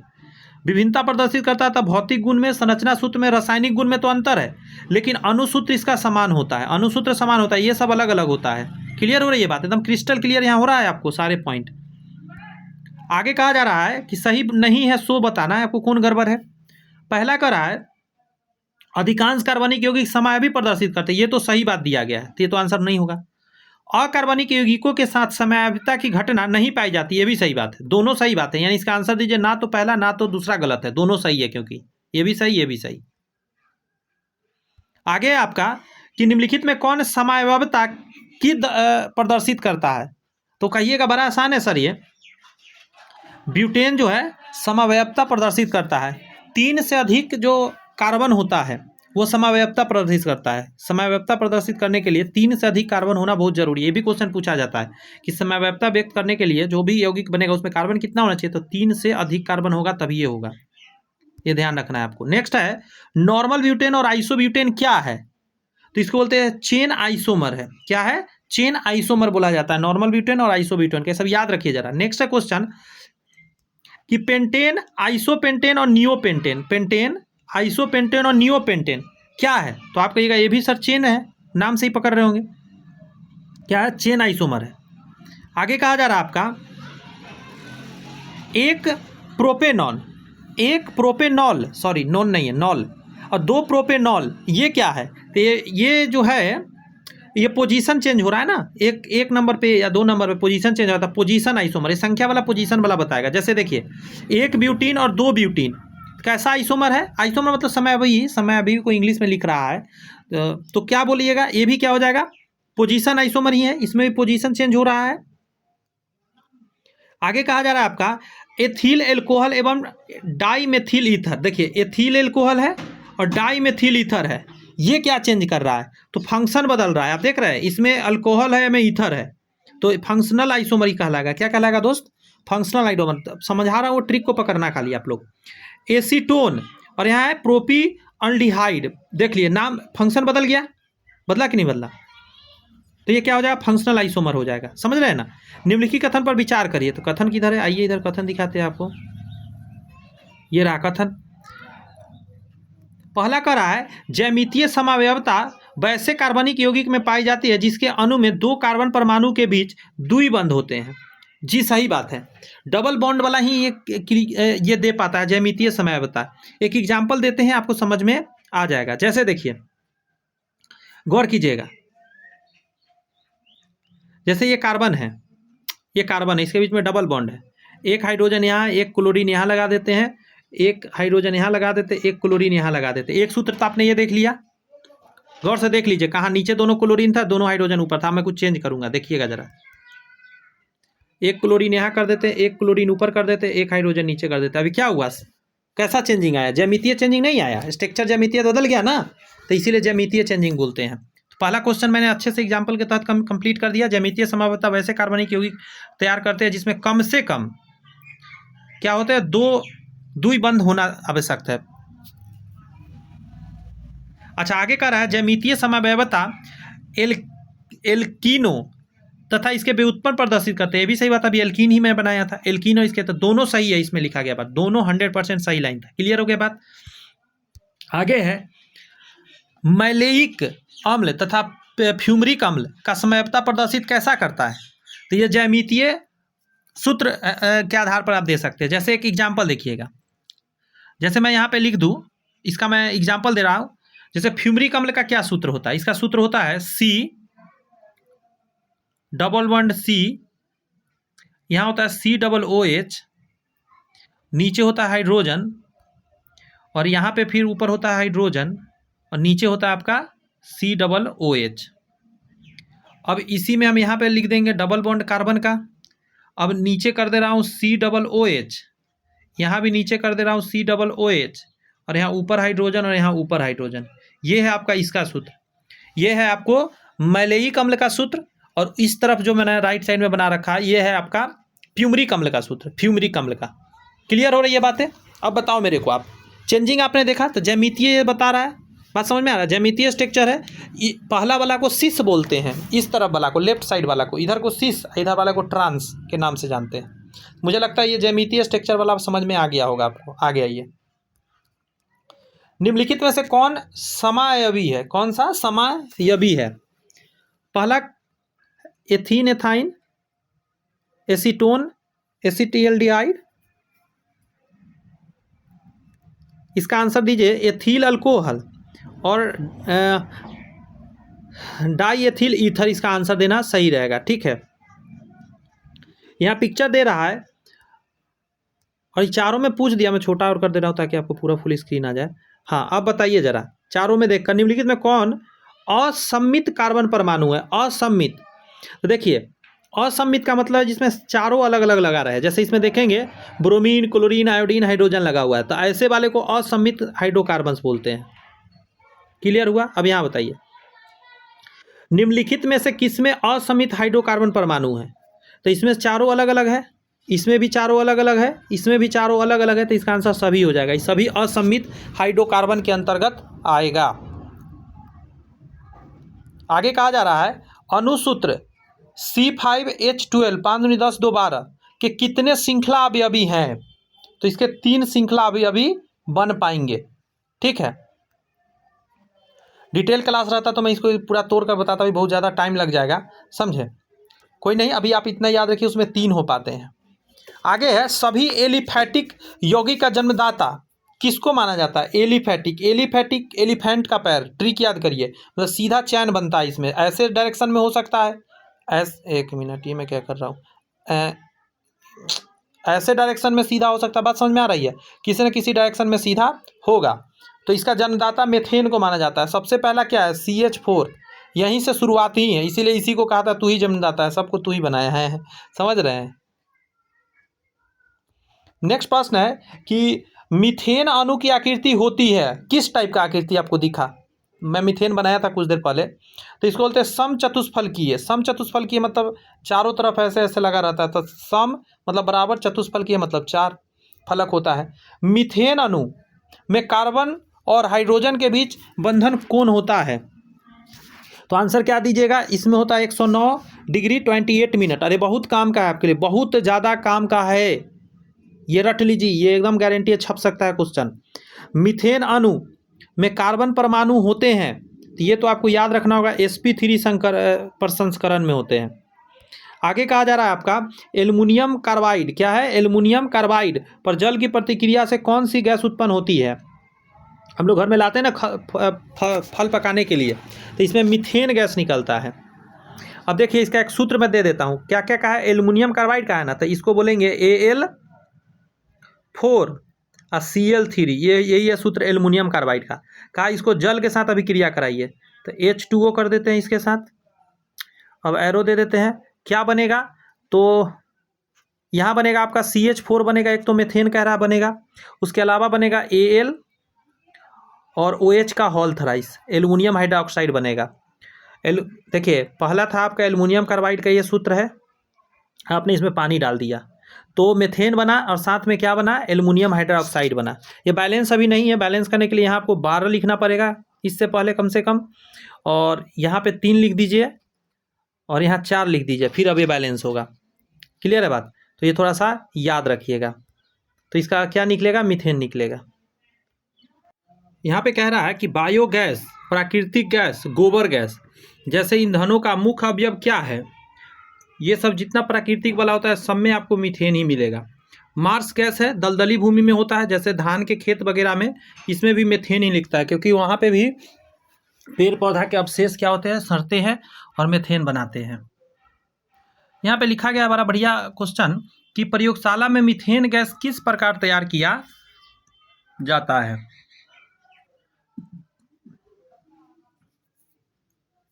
कह रहा सोडियम बेंजोएट को सोडा लाइम के साथ गर्म करने पर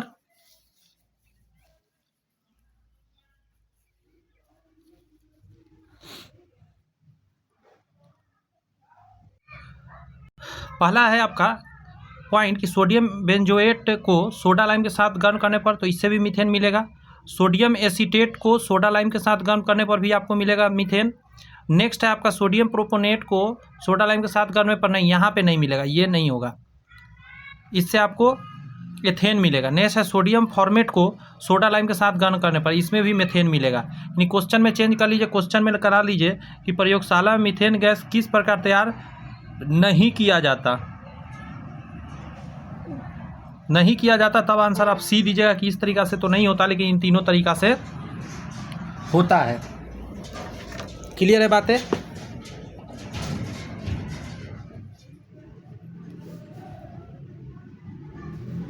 आगे आइए, यहाँ पे लिखा गया है सेप्टिक टैंक। ठीक है, सेप्टिक टैंक समझ रहे होंगे, से निकलने वाली गैसों को में क्या गैस मिला रहेगा? तो मीथेन रहेगा, क्योंकि सेप्टिक टैंक में भी नेचुरल चीज़ ही जाता है। मीथेन के संबंध में कौन सा एक सही नहीं है?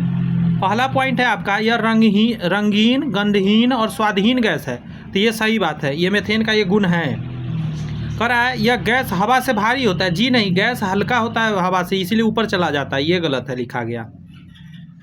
मीथेन बहुत अस्थायी और निष्क्रिय गैस है, ये भी सही बात है, ये बहुत अस्थायी और निष्क्रिय गैस है। नेक्स्ट आपका पॉइंट में है कि मीथेन जल में बहुत कम परंतु कार्बनिक विलायकों में काफ़ी विलय है, तो एकदम सही बात है, कार्बनिक पदार्थ है, कार्बनिक विलय में बहुत तेज़ी से मिलेगा, जल में मिलना बहुत मुश्किल है।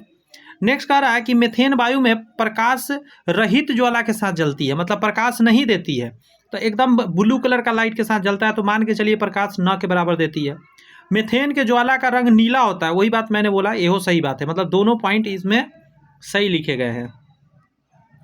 नेक्स्ट पॉइंट में कहे जा रहे हैं कि खादानों में, कहाँ पे? खादानों में होने वाले विस्फोट का कारण क्या है?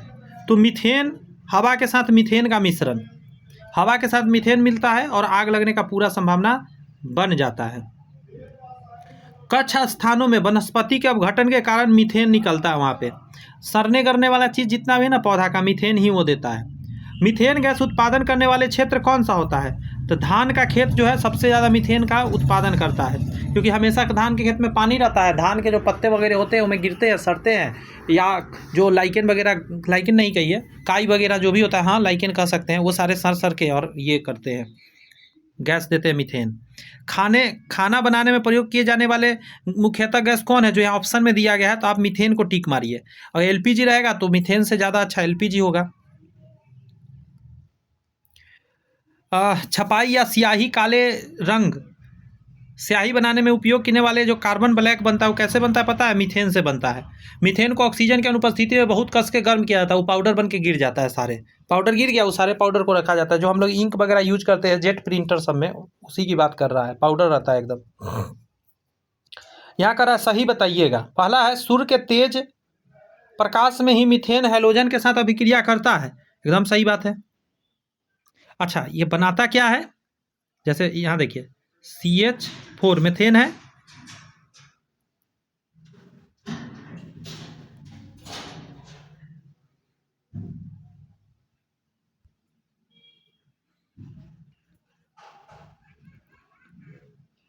पहले तो जानिए हैलोजन क्या होता है। जैसे हैलोजन में आ जाता है क्लोरीन, फ्लोरीन, ब्रोमीन और आयोडीन, ये सारे हैलोजन्स है। जैसे एक सूत्र मैंने दिया था CHCl3, इसी की बात कर रहा है यहाँ पे। तो सूर्य के क्या होता है? सूर्य के तेज प्रकाश में मीथेन हैलोजन के साथ अभिक्रिया करने लग जाता है। नेक्स्ट है अंधेरे में मीथेन से हैलोजन की कोई अभिक्रिया नहीं होती है। ये दोनों बात सही लिखा गया है, अंधेरा में नहीं होता है, सूर्य का प्रकाश जरूरी है। मीथेन के अणु में क्या चीज़ है? मीथेन के अणु में कार्बन हाइड्रोजन की बंधन दूरी कितनी होती है? ये दूरी आपसे पूछ रहा है, बंधन दूरी, मीथेन की बात कर रहा है। यहाँ ये मीथेन का मैं पिक्चर बना के दिखाता हूँ। हाइड्रोजन, हाइड्रोजन, हाइड्रोजन, एक ऊपर हाइड्रोजन जो लिख नहीं पा रहे, यहाँ लिख देता हूँ। देखिए हो गया ना गड़बड़, कोई नहीं, फिर से बना लेते हैं। C hydrogen, hydrogen, hydrogen, hydrogen, चलिए मीथेन बना लिया।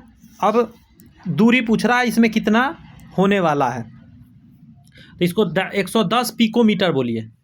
देखिए एक चीज़ जानिए, 1 पिकोमीटर जो होता है ना, 1 PM, 1 पिकोमीटर, छोटा पी रखना जरूरी है। 1 पिकोमीटर 10⁻⁻12 मीटर के बराबर होता है।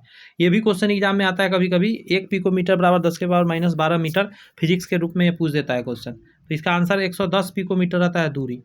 अगला क्वेश्चन है आपका कि सिगरेट लाइटर में निम्नलिखित में से कौन सी गैस प्रयुक्त की जाती है? तो LPG गैस उसमें रहता है। इसमें ऑप्शन है क्या LPG का? तो आप कह रहे होंगे सर LPG में जो रहता है ना ब्यूटेन, उसका दिया गया था। ब्यूटेन या LPG रहे तो आंसर टिक मारा कीजिएगा, क्योंकि LPG में ब्यूटेन ही मेन रहता है, नॉर्मल ब्यूटेन, आइसोब्यूटेन दोनों रहता है। सोडियम प्रोपिनोएट को सोडा लाइम के साथ गर्म करने पर कौन सी गैस बनती है?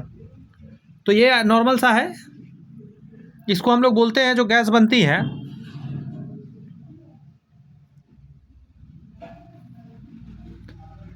रिएक्शन बताएं क्या? रिएक्शन ही बताते हैं, आप खुद डिसाइड कीजिए क्या निकलता है। CH3 CH2 और COONA,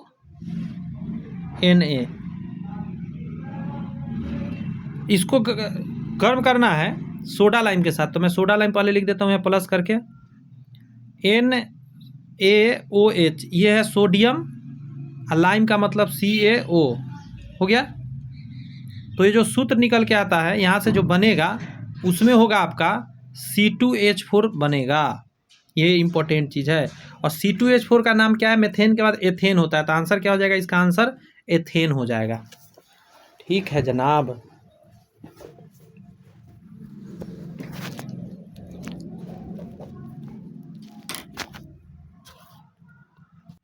क्लियर है? माइंड में थोड़ा सा इस बात को रखिएगा कि सोडियम प्रोपोनेट को सोडा लाइम के साथ गर्म करने पर कौन सा एथेन गैस बनता है। याद रखना है इन छोटी छोटी बातें को, यही आपको एग्ज़ाम में मार्क्स दिला कर जाएगा, क्योंकि टफ चैप्टर है ना ये। कर कृत्रिम कपूर, जिसको आर्टिफिशियल कपूर का रासायनिक सूत्र क्या है जो बनाया जाता है कपूर आग जलाने के लिए? उसको बोलते हैं हेक्साक्लोरोएथेन। हेक्साक्लोरोएथेन सूत्र पता है क्या? हेक्साक्लोरो CCl3 और CCl3, यही है हेक्साक्लोरोएथेन। एथेन मतलब दो कार्बन हो चुका है, हेक्सा मतलब 6 क्लोरीन, तो आप देख सकते हैं। इसको कभी कभी ऐसा भी लिख देता है C2Cl6, हेक्साक्लोरोएथेन। हेक्साक्लोरोएथेन नाम से ही आंसर निकल जाएगा आपको। एथिलीन जिसको C2H4, अणु की आकृति कैसी होती है? तो आप आंसर निकल के आएगा समतलीय होती है। कैसी होती है? समतलीय। नेक्स्ट कह रहा है कि एथिलीन अणु में कार्बन और हाइड्रोजन के बीच बंधन कोण क्या होता है? तो आप आंसर देंगे 120 डिग्री का। एथिलीन अणु में 120 डिग्री का कोण होता है।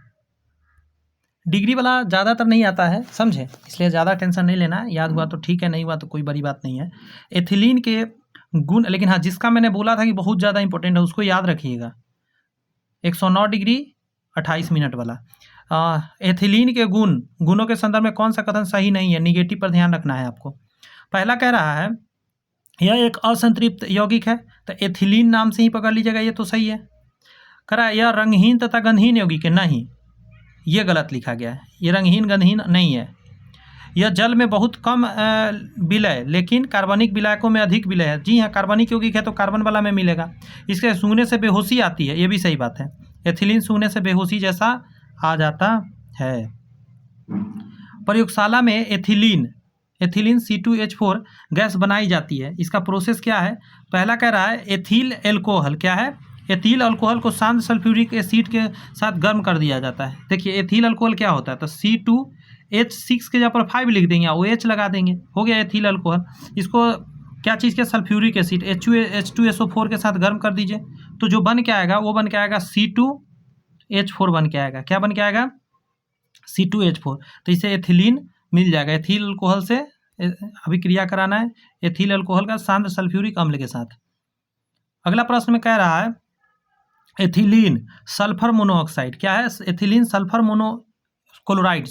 मोनोक्लोराइड के साथ अभिक्रिया करने पर कौन सा विषैली गैस बना देती है? इसको मस्ट गैस बोलते हैं। मस्टर्ड गैस है ना, यही बनाती है जो कि विषैला होता है। नेक्स्ट है प्रथम विश्व युद्ध में निम्नलिखित में से किस एक का रासायनिक हथियार के रूप में प्रयोग किया गया था? रासायनिक हथियार के रूप में प्रयोग किया गया था, तो इसी मास्ट गैस का प्रयोग किया गया था। एथिलीन का प्रयोग निम्नलिखित में से किस रूप में नहीं किया जाता है? पहला है मास्ट गैस बनाने में तो होता है, ईंधन के रूप में नहीं होता है, यही आंसर हो जाएगा आपका। ईंधन के रूप में नहीं होता है। निषेचक तक के रूप में होता है, हाँ, बेहोशी करने के लिए होता है, बेहोश होगा। कच्चे फलों को पकाने में भी इथिलीन का प्रयोग होता है। आगे आपका एथाइन एक उदाहरण है, आंसर हो जाएगा त्रिआबंध वाले यौगिक। कौन सा? त्रिआबंध वाले यौगिक। आगे आपका निम्नलिखित कथनों पर विचार करिए। पहला है एसिटिलीन एक गंधहीन गैस है। एसिटिलीन एक गंधहीन गैस है, तो ये सही बात है, गंधहीन गैस है।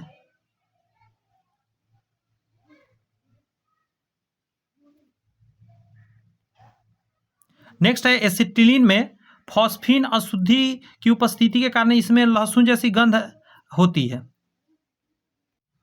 देखिए यहाँ पे एक करेक्ट करना है थोड़ा सा, ये पहला तो नहीं है, इसमें कोई गंध खुद का नहीं होता है, समझे। पहला तो सही है आपको कि ये गंधहीन होता है, लेकिन अगर इसमें अशुद्धि फॉस्फीन मिलाइएगा ना तो इसमें लहसुन जैसा गंध, लेकिन फॉस्फीन का भी डाइफॉस्फीन या प्रोफॉस्फीन करके मिलाया जाता है तो अशुद्धि आता है। तो हम कह सकते हैं कि हाँ फॉस्फीन मिला से लहसुन जैसा आता है, लेकिन सिर्फ फॉस्फीन अगर कहा जाए मिलाने से तो सड़ा हुआ मछली के जैसा सुगंध आता है, ठीक है। वैसे इसका लहसुन वाला भी है, सही में ही जाएगा दोनों, ठीक है। नेक्स्ट है प्रयोगशाला में एसिटिलीन गैस किस प्रकार तैयार किया जाता है? तो इसका आंसर हो जाएगा कैल्शियम कार्बाइड पर जल की प्रतिक्रिया से। अब कैल्शियम कार्बाइड क्या होता है? तो CaCl2 होता है, ये कैल्शियम कार्बाइड है, सॉरी CaC2 कहिए, समझे। कैल्शियम कार्बाइड, कार्बन आना चाहिए, प्लस H2O, ठीक है। जल के साथ अभी क्रिया कराया तो यहाँ बनेगा C2H2 और प्लस कैल्शियम ऑक्साइड बन जाएगा, ठीक है। तो बन गया ना एसिटिलीन गैस, तो पहला ही आंसर हो जाएगा। आगे है कि निम्नलिखित ईंधनों में से कौन सा एक गैस बिल्डिंग में प्रयोग किया जाता है? बिल्डिंग करने में जो प्रयोग होता है उसको एसिटिलीन गैस ही बोलते हैं। युद्ध में प्रयोग किए जाने वाले, गौर से सुनिएगा ये जो शब्द है, ल्यूसाइट गैस बनाई जाती है तो एसिटिलीन से ही बनाई जाती है, जो द्वितीय विश्व युद्ध में खूब यूज हुआ था, सॉरी प्रथम विश्व युद्ध में। आगे है आपका कि बेस्टॉन, क्या बेस्टॉन का रासायनिक नाम क्या है? तो बेस्टॉन को हम लोग बोलते हैं, यहां तो ऑप्शन में है, एक मिनट, सी बोलते हैं, ठीक है, सी को एसिटिलीन टेट्रा क्लोराइड बोलते हैं। बेस्टॉन को हम लोग एसिटिलीन टेट्रा क्लोराइड बोलते हैं। अगला प्रश्न में है आपका कि बेस्टॉन का IUPAC नाम क्या है? तो IUPAC नाम जब देखिएगा तो इसका नाम दीजिएगा 1122 टेट्राक्लोरो एथेन, 1122 टेट्राक्लोरो एथेन। फलों के कृत्रिम रूप से पकाने में कौन सी गैस का प्रयोग किया जाता है? तो एसिटिलीन आप आंसर देंगे। आगे में कहा जा रहा है कि प्रकाश उत्पन्न करने के लिए होकर लैंपों में किसका व्यवहार किया जाता है? जो होकर लैंप होता है तो इसमें भी प्रयोग किया जाता है एसिटिलीन का ही। नेक्स्ट है नार्सिलेन। नार्सिलेन के नाम में किस कार्बनिक यौगिक का प्रयोग शल्य चिकित्सा में निषेचक मतलब बेहोश करने के लिए किया जाता है? तो आंसर हो जाएगा एसिटिलीन का ही आंसर इसमें भी जाएगा। आगे है कि एसिटिलीन को तप्त तांबे एवं लोहे के नली में प्रवाहित करने पर क्या प्राप्त होता है? तो बेंजीन प्राप्त होता है, समझे। एसिटिलीन को अगर तांबे का या लोहे के नली में प्रवाहित करते हैं, नली लेकिन गर्म होना चाहिए, तो उसमें से आपको कौन सा गैस बन के निकलेगा? बेंजीन। आगे कह रहा है कि धातुओं को जोड़ने यानी बिल्डिंग या काटने में किसका प्रयोग किया जाता है? तो दोनों आंसर दे दीजिएगा। पहला है आपका ऑक्सी एसिटिलीन ज्वाला का, ऑक्सी एसिटिलीन ज्वाला का, और ऑक्सी एथिलीन ज्वाला, दोनों का प्रयोग किया जाता है, एक साथ नहीं, अलग अलग है प्रयोग। सही बताना है। पहला है मेथेन प्रकाश रहित ज्वाला के साथ जलता है, तो पहले भी हम लोगों ने देखा है, तो जी हाँ। एथिल प्रकाश युक्त ज्वाला के साथ जलता है, तो एथिल जो है इसमें प्रकाश निकलता है, पीला प्रकाश के साथ जलता है। एसिटिलीन कालिक युक्त ज्वाला के साथ जलता है, ये भी सही बात है, धुआं काला काला निकलता है एसिटिलीन से। तीनों करेक्ट लाइन लिखे गए हैं। आगे बता दूं, क्लोरोफ्लोरोकार्बन ज़्यादातर कहाँ इस्तेमाल किया जाता है? तो आंसर हो जाएगा रेफ्रिजरेटरों में। क्लोरोफ्लोरोकार्बन ज़्यादातर कहाँ इस्तेमाल किया जाता है? तो रेफ्रिजरेटरों में आंसर हो जाएगा। नेक्स्ट है रेफ्रिजरेटर यानी घरेलू प्रशीतक के रूप में प्रयोग किया जाने वाला क्लोरोफ्लोरोकार्बन के अन्य किस नाम से जाना जाता है? तो फ्रियोन बोलते हैं, फ्रियोन के नाम से इसको जाना जाता है। नेक्स्ट है फ्रियोन है, फ्रियोन क्या है? तो याद रखिएगा डाईफ्लोरोमीथेन है, डाईफ्लोरोमीथेन। अच्छा, मीथेन क्यों लगा है? क्योंकि CH4 के जगह पर 2 क्लोरीन आ जाता है, हाइड्रोजन हटकर 2 फ्लोरीन आ जाता है। सूत्र दिखाता हूँ। कार्बन के एक तरफ में क्लोरीन लगाइए, एक तरफ क्लोरीन लगाइए, एक तरफ में फ्लोरीन लगाइए, एक तरफ फ्लोरीन बनाइए, बन गया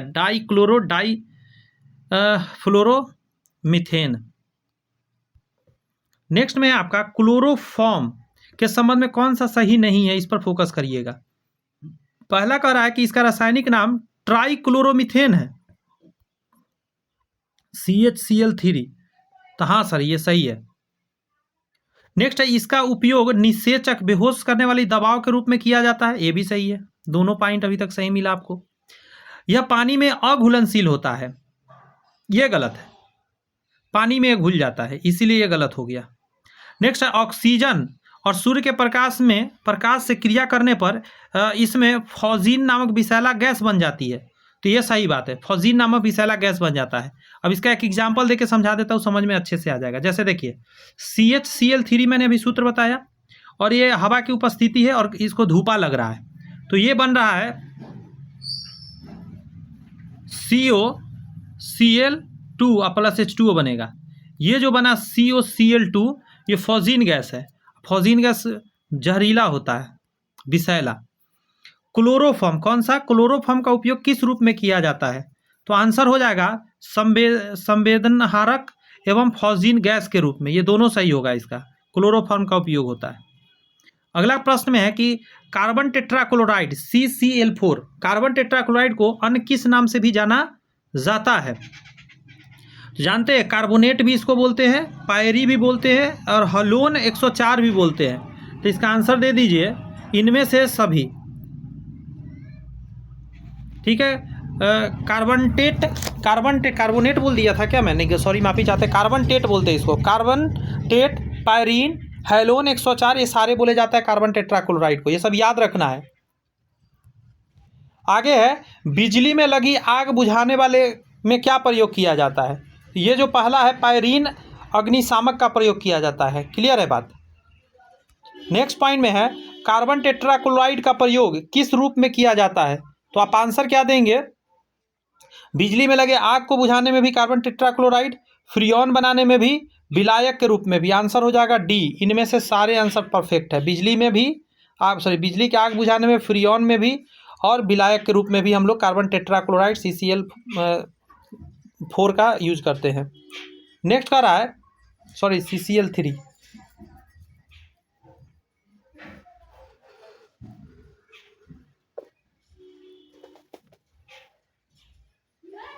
माफ़ी चाहते हैं, CCl4 ही होगा।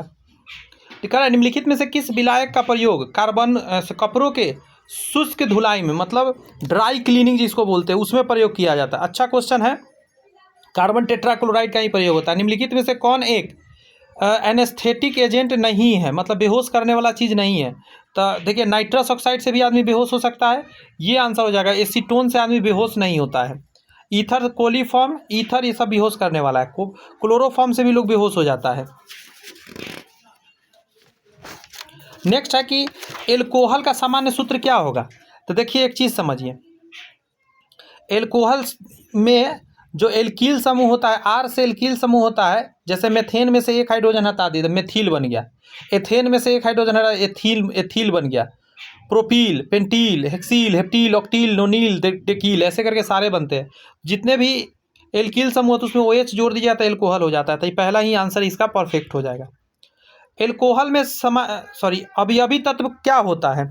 तो एक तो उसमें हाइड्रोजन ऑक्सीजन होता है और एक कार्बन होगा, तो सी आंसर दे देंगे इसका। अच्छा, एथानॉल जिसको एथाइल एल्कोहल भी बोलते हैं, रासायनिक सूत्र क्या होता है, पहला मेथ फिर एथ होता है, तो C2 वाला होगा, C2H, 3 दूनी 6 2 8 होना चाहिए, तो 8 में कम कर दिए 7 हो जाएगा। मतलब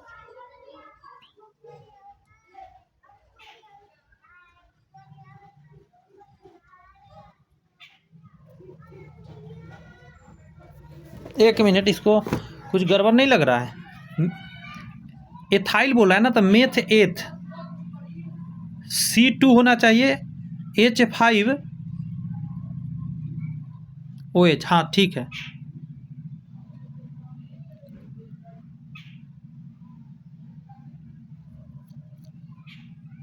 ये परफेक्ट हो जाएगा, ये सही हो जाएगा। क्यों होगा बताते हैं। पहला देखिए, एक कार्बन वाला को मेथेन बोलते हैं, 2 कार्बन को एथेन बोलते हैं। एथेन का होता है C2, 2 दूनी 4 और 2 6 होता है।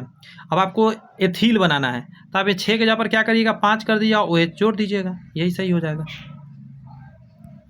आगे कह रहा है कि beer, wine, whisky, cough syrup जैसे पेय पदार्थों में क्या डाला जाता है जो नशा लोगों को आने लगता है, बताइए।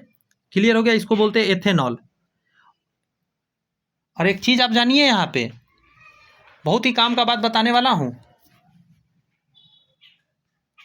यहाँ पे मेथेनॉल नहीं यूज होता है, मेथेनॉल जहरीला होता है, अगर ये पी ले आदमी तो मर जाता है, इसलिए एथेनॉल का प्रयोग होता है। पहला नंबर वाला नहीं, दूसरा नंबर से शुरू होता है।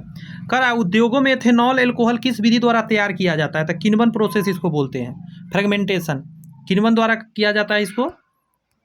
नेक्स्ट है, जटिल कार्बनिक पदार्थों को एंजाइम की उपस्थिति में धीमी गति से सरल पदार्थों में परिवर्तन करने की प्रोसेस का क्या नाम है, इसी को किण्वन बोला जाता है। सराने की प्रोसेस एक तरह से कह सकते हैं देसी भाषा में।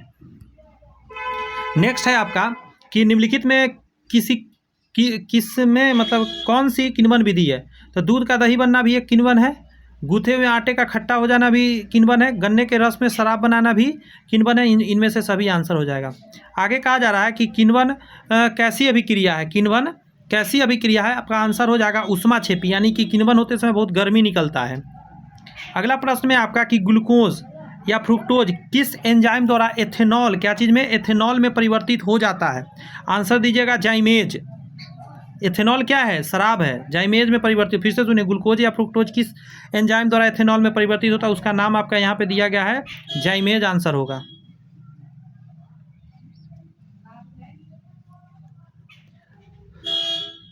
उधर एक क्वेश्चन छूट गया क्या?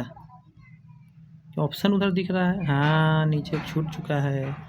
कर शराब यानी एथेनॉल निर्माण में काम आने वाले, ये शब्द पर ध्यान दीजिए, इन्वेटस तथा जाइमेज एंजाइम का होता है। आइए क्या होता है यहाँ से देखिए, शैवाल होता है, जीवाणु होता है, ईस्ट होता है। तो क्या आंसर दीजिएगा? ईस्ट, यानी ईस्ट एक तरह का कवक है। ईस्ट एक तरह का शैवाल नहीं है, ईस्ट जीवाणु भी नहीं है, ईस्ट एक तरह का क्या है? कवक है। नेक्स्ट है, सांद्र सल्फ्यूरिक अम्ल की उपस्थिति में कौन सा एथीन C2H2 की अभिक्रिया जल से होने पर क्या निर्माण हो जाता है? तो एथानॉल बनता है, एथानॉल, एथीन से एथानॉल बन जाता है। किण्वन के दौरान कौन सी गैस निकलती है? तो कार्बन डाइऑक्साइड गैस निकलती है।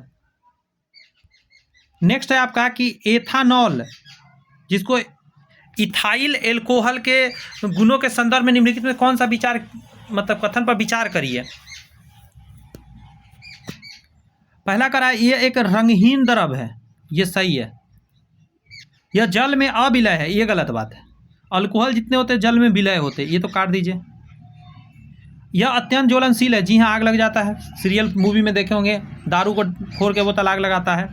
आगे था, यह नीली ज्वाला के रूप में जलता है, कार्बन डाइऑक्साइड और जल प्रदान करता है, एकदम सही बात है। यह नीली ज्वाला के साथ जलता है क्योंकि यह अच्छा मतलब ज्वलनशील पदार्थ है। एल्कोहल पेय पदार्थ में कौन सा एल्कोहल इस्तेमाल किया जाता है? तो मेथ तो होता नहीं, एथ, तो एथाइल अल्कोहल आपका आंसर हो जाएगा, पहला वाला तो होता नहीं है। अन्न मतलब खाना से एल्कोहल जो बनाया जाता है, ग्रेन से, तो एथाइल अल्कोहल ही बनता है। चावल वगैरह से बनाया जाता है, गन्ना के रस से बनता है। कह रहा है, अधिक मात्रा में एथेनॉल एथाइल अल्कोहल के सेवन से मानव में किस अंग बुरी तरह प्रभावित हो जाता है? तो जिसको हम लोग तो लीवर, मिस्टर लीवर खराब हो जाते हैं हमारे शरीर के। आगे कहा जा रहा है, इथाइल अल्कोहल में जब मेथेनॉल या पिरिडीन या कॉपर सल्फेट जैसे विषाक्त पदार्थ मिला दिए जाते हैं, तब इसे कहा जाता है विकृतिकृत एल्कोहल कहा जाता है, ताकि लोग सेवन न करें, इसलिए इसको मिला दिया जाता है, जहरीला बना दिया जाता है। आगे है, एल्कोहल को विकृत करने से क्या लाभ प्राप्त होता है? इसे औद्योगिक इस्तेमाल किया जा सके, ये भी सही है, बट और भी ऑप्शन देख लेते हैं। आगे करा, इसे पीने से करा, इसका एल्कोहलिक पेय के रूप में उपयोग बनाने के लिए नहीं, एल्कोहलिक तो बनेगा ही नहीं, ये आंसर देना सही रहेगा। इसे पीने के दुरुपयोग से रोकने के लिए ऐसा बना दिया जाता है, विकृतिकृत। आएगा था, विकृतिकृत स्प्रिट मुख्यतः किस काम आता है? तो ये आ जाता है आपको बार्निश बनाने में विलायक के रूप में, बार्निश बनाने में विलायक के रूप में आपको ये यूज होता है। नेक्स्ट है कि संशोधित स्पिरिट, जिसको रेक्टिफाइड स्पिरिट कहा जाता है, आपको पता होना चाहिए 95% इसमें एथाइल अल्कोहल होता है और 5% मात्र जल होता है। अप्रॉक्सिमेटली मतलब अच्छे हाई कंसंट्रेशन हो गया ना, तो संशोधित रेक्टिफाइड स्पिरिट हो गया। और परिशुद्ध अगर बोल दे, एक स्टेप और आगे, तो 100% एथाइल अल्कोहल हो गया, इसको एब्सोल्यूट अल्कोहल बोला जाता है। मार्केट में ऐसा मिलना बड़ी मुश्किल है, ना के बराबर मिलता है, डॉक्टर वगैरह को लिमिट मात्रा मिलता है, जो भी होम्योपैथी के डॉक्टर होते हैं। आगे कहा जा रहा है, दाढ़ी बनाने के बाद चेहरे पर जो घोल लगाया जाता है, चेहरे पर ठंडक महसूस होती है, इस घोल में यह कौन सी यौगिक की उपस्थिति के कारण ऐसा ठंडा ठंडा लगता है? तो इथाइल अल्कोहल इसका आंसर देंगे आप, ethyl alcohol is the right answer. Next है कि एल्कोहलिक खमीरन, एल्कोहलिक फर्मेंटेशन का आखिरी उत्पाद क्या बन के आता है? तो एथाइल अल्कोहल ही बन के आता है। क्लियर है बात? अगला है टिंचर आयोडीन, टिंचर आयोडीन में एथाइल अल्कोहल तो होगा, ठीक है, लेकिन इसके साथ और भी चीज़ मिला दिया जाता है, तो आंसर हो जाएगा आयोडीन का एल्कोहलिक विलयन होता है, आयोडीन और अल्कोहल को मिला के बनाया जाता है टिंचर, घाव वगैरह साफ करने में। निम्नलिखित में से किस वुड स्पिरिट या वुड एल्कोहल भी कहा जाता है? तो आपका आंसर निकल के आएगा मेथिल एल्कोहल को कहा जाता है, एथिल नहीं, मेथिल, क्योंकि ये वुड लकड़ी से रिलेटेड काम में आता है, कीड़ों को मारने में। निम्नलिखित में से किस एल्कोहल का बहुत कम मात्रा में लिया जाए तो गंभीर विषाक्तता के साथ अंधेपन का शिकार हो सकता है आदमी? ऊपर ही बता चुका हूँ, अब आपके सामने एग्जाम्पल दिया गया है, इसमें टिक मार दीजिएगा मेथेनॉल में, जो कि पहला नंबर है। एक कार्बन वाला जो होता है ये पीने योग्य नहीं होता है, बहुत खतरनाक है, थोड़ा भी पी लिया आदमी मर सकता है, अंधापन हो सकता है। पीने वाला इसमें कौन है? C2 वाला, ये जो दिया गया ये एथिल एल्कोहल है, ये पीने योग्य होता है। अच्छा, एंटीफ्रीज एक मिश्रण होता है, तो आंसर होगा मिथाइल एल्कोहल का होता है और जल का होता है, इसको एंटीफ्रीजर बोलते हैं। नेक्स्ट है एथिलीन की प्रक्रिया पोटेशियम परमैंगनेट के क्षारीय ठंडे घोल के साथ कराने पर क्या हमें प्राप्त होगा? तो इसको बोलते हैं हम लोग एथिलीन ग्लाइकॉल प्राप्त होगा, एथिलीन ग्लाइकॉल प्राप्त होगा। अगला क्वेश्चन में है कि शीत प्रधान देशों में, जहां ठंडा देश है, ऑटोमोबाइल के रेडिएटर में एंटीफ्रीज मिश्रण का प्रयोग किया जाता है। इस मिश्रण में क्या होता है? गाड़ी के रेडिएटर में प्रयोग किया जाता है इस मिश्रण का, ताकि जमे नहीं, गाड़ी को आगे साफ करने में काम आता है। तो आंसर क्या दीजिएगा? पानी के साथ मिलाया जाता है, इथिलीन ग्लाइकॉल मिलाया जाता है, पानी के साथ इथिलीन ग्लाइकॉल। नेक्स्ट है फॉर्मल्डिहाइड का IUPAC नाम क्या डाला गया था? फॉर्मल्डिहाइड को हम लोग मेथेनल बोलते हैं, मेथेनल। अगला प्रश्न में है कि फॉर्मल्डिहाइड का 35 से 40% जलीय विलयन क्या कहलाता है? फॉर्मल्डिहाइड के 35 से 40% विलयन जलीय विलयन क्या कहलाता है? तो इसी को हम लोग जानते हैं फॉर्मेलिन के नाम से। क्या नाम से? फॉर्मेलिन के नाम से जानते हैं। अगला प्रश्न पे आइए। यहाँ कहा जा रहा है कि सिल्वर और आयरन ऑक्साइड, मोलिब्डेनम ऑक्साइड जैसे उत्प्रेरक की उपस्थिति में 873 से 923 केल्विन पर मेथेनल के ऑक्सीकरण के फलस्वरूप निर्मित होता है। क्या निर्मित होता है? आपका आंसर निकल कर आ जाएगा, मेथेनल निर्मित होता है, मेथेनल। आगे क्वेश्चन में कह रहा है कि मूत्र रोगों में उपयुक्त, जिसको बोलते हैं यूरोट्रोपिन, पाई जाती है फॉर्मल्डिहाइड से, और जानते हैं इसी को हम लोग क्या बोलते हैं? मेथेनल। फॉर्मल्डिहाइड और मेथेनल एक ही बात है, अलग अलग बातें नहीं है। नेक्स्ट आपका है यूरोट्रोपिन का रासायनिक नाम क्या है? तो इसको हम लोग बोलते हैं, सी आंसर दे दीजिए, हेक्सा मिथिलीन टेट्राएमीन। लेकिन टेट्राएमीन यहाँ गलत हो जाएगा, टेट्रामाइन बोला जाएगा, समझे? टेट्रामाइन तो ज़्यादा परफेक्ट होगा, एमीन नहीं, माइन बोलिए। अगर ऑप्शन यही आएगा तब तो ये मजबूरन मानना पड़ेगा, वरना मैं बताया वो सही है। करा है क्यूमीन के द्वारा निम्नलिखित में से किस पदार्थ का वाणिज्यिक उत्पादन किया जाता है? तो आपका आंसर निकल के आएगा एसीटोन। आंसर आप देंगे इसमें एसीटोन आंसर देंगे, ठीक है। नेक्स्ट है नेल पॉलिश रिमूवर के रूप में किसका इस्तेमाल किया जाता है? तो इसको आंसर दीजिएगा, एसीटोन का ही प्रयोग किया जाता है नेल पॉलिश हटाने में, एसीटोन का। आगे प्रश्न में है कि एथेनोइक अम्ल का साधारणतः एसिटिक अम्ल के नाम से जाना जाता है। एथेनोइक अम्ल को हम लोग साधारणतः एसिटिक अम्ल के नाम से जानते हैं। ये 100% सही लाइन है। जल में 5 से 8% एसिटिक अम्ल को ही सिरका बोला जाता है, ये भी सही बात है। दोनों परफेक्ट आंसर के अंदर जाएगा। अगला कर रहा है एल्कोहल और कार्बोक्सिलिक अम्ल की परस्पर अभिक्रिया के फलस्वरूप जो यौगिक निर्मित होता है उसे क्या कहा जाता है? उसी को हम लोग बोलते हैं एस्टर। क्या बोलते हैं दोस्त? एस्टर के नाम से जानते हैं। किसको एस्टर बोला जाता है? फिर से एक बार देखिए, एल्कोहल और कार्बोक्सिलिक अम्ल है। यहाँ पे है निम्नलिखित में से कौन सा एक सही नहीं है? कौन सा एक सही नहीं है? तो आंसर दीजिएगा एथेनोइक अम्ल और एक गंधहीन द्रव है, ये गड़बड़ है। पहला करा फॉर्मल्डिहाइड एक रंगहीन गैस है, ये तो सही है। एसीटोन एक रंगहीन एवं वाष्पशील द्रव है, ये भी सही है। तो यही गड़बड़ है आपका दिया हुआ। एथेनोइक अम्ल एक गंधहीन नहीं है, गंध है इसके अंदर। पायरोलिग्नियस अम्ल का अवयव है, पायरोलिग्नियस अम्ल के बारे में बोल रहा है, तो आपका आंसर आएगा सारे आ जाएगा। मिथाइल एल्कोहल भी आएगा, एसिटिक अम्ल भी आएगा, एसीटोन भी आएगा। All of the above answer हो जाएगा। नेक्स्ट है काष्ठ से प्राप्त पायरोलिग्निक अम्ल में होता है। काष्ठ से प्राप्त पायरोलिग्निक अम्ल में क्या होता है? तो 10% एसिटिक अम्ल होता है, यह ध्यान रखना है। अगला प्रश्न में कहा जा रहा है कि उच्च कार्बोक्सिलिक अम्ल जैसे एस्टियरिक अम्ल, परमिटिक अम्ल, ओलेरिक अम्ल का सोडियम और पोटेशियम लवण को क्या बोलते हैं? इसको साबुन बोलते हैं। नेक्स्ट है आपका कि ओलिक, एस्टेरिक एवं पामिटिक, सूत्र सबका दिया है। ओलिक का है C17H33 COOH, ओलेरिक अम्ल। एस्टेरिक अम्ल का हो जाएगा C17H35 COOH। और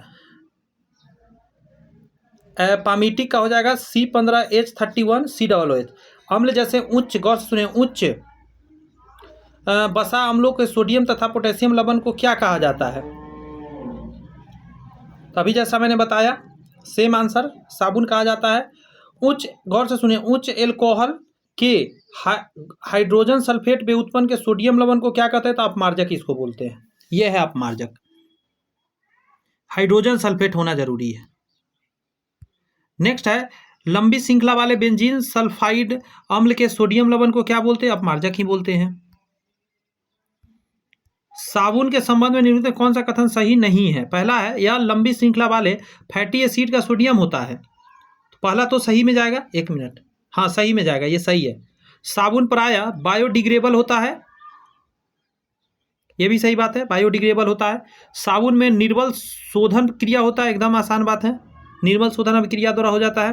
आगे कहता है, साबुन मृदु और कठोर दोनों जल में सफाई करता है, गलत बात। मृदु जल में करता है, कठोर जल में ये सफाई नहीं करता है। कठोर जल में आपको अपमार्जक सफाई करता है। आगे कर रहा है, सही है बताना है। पहला है, साबुन मृदु जल में सफाई करने के लिए उपयुक्त है, सही बात है।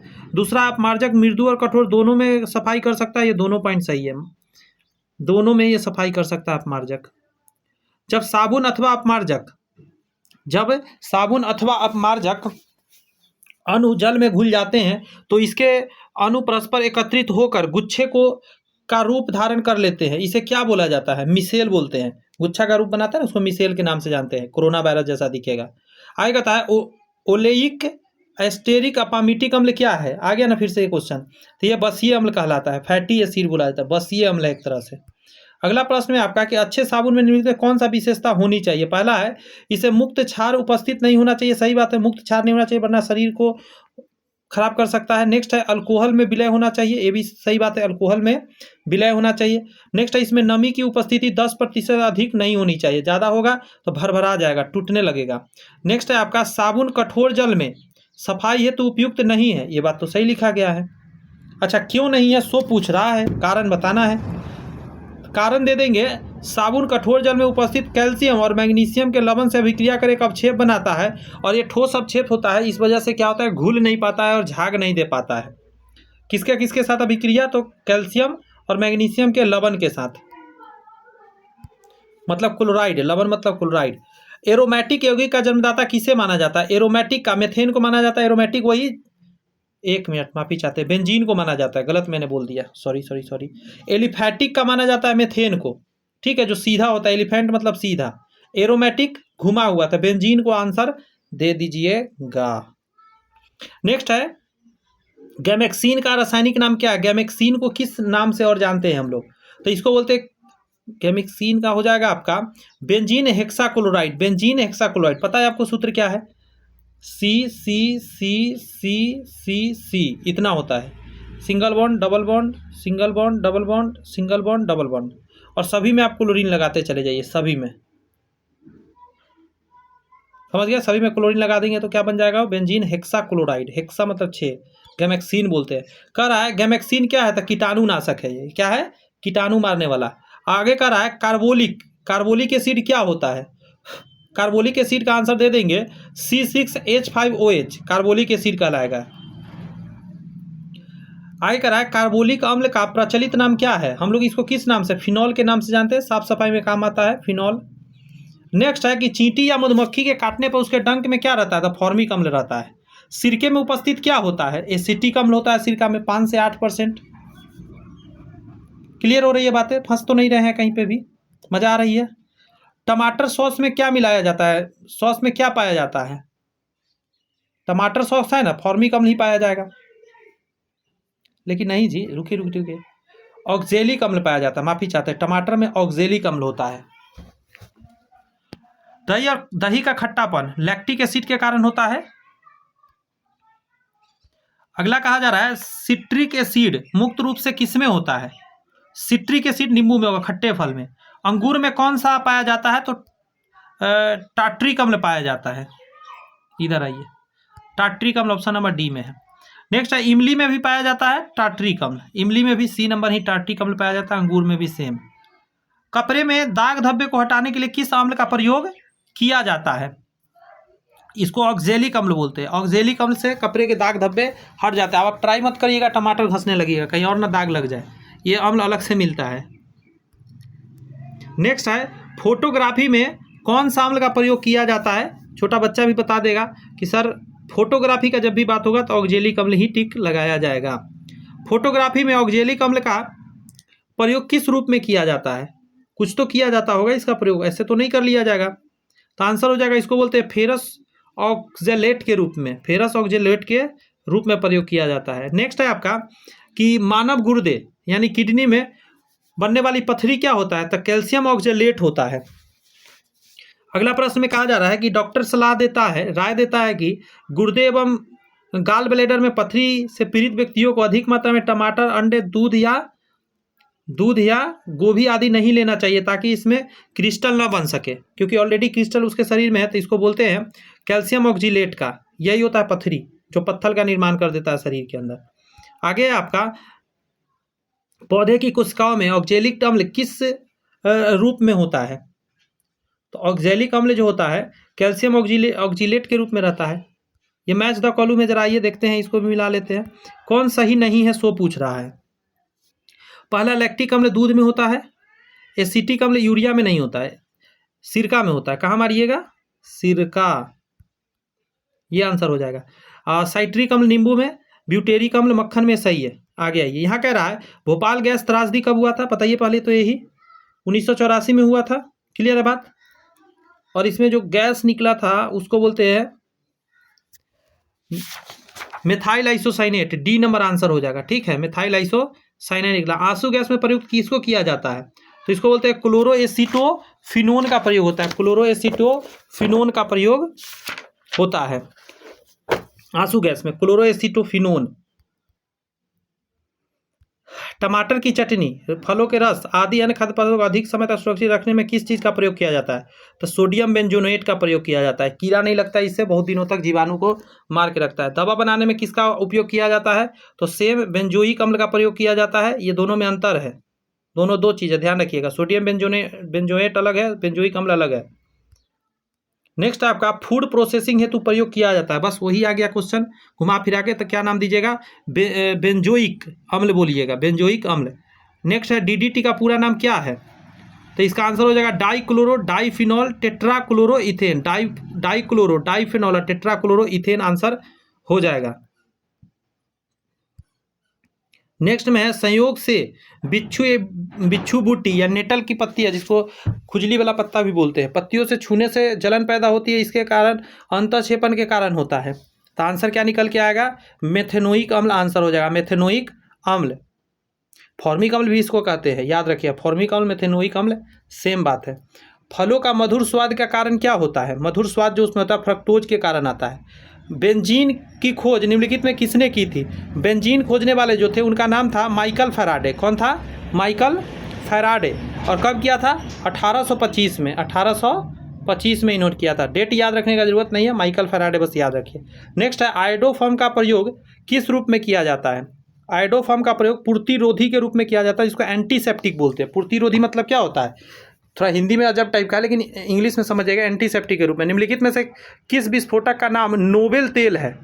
नोबेल तेल होता है नाइट्रोग्लिसरीन को बोला जाता है, जिसको शॉर्टकट में TNG बोलते हैं, नाइट्रोग्लिसरीन।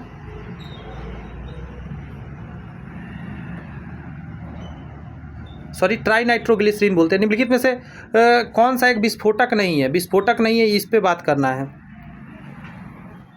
यहाँ ऑप्शन आपके सामने है, जिसमें जैसे नाइट्रोक्लोरोफॉर्म में ये विस्फोटक नहीं है, लेकिन potassium chlorate, TNT tri nitrotoluene और TNG tri nitro chlorine.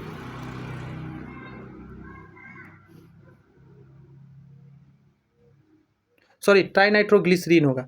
Next आपको कह रहा है RDX विस्फोटक का खोज किसके द्वारा किया गया था।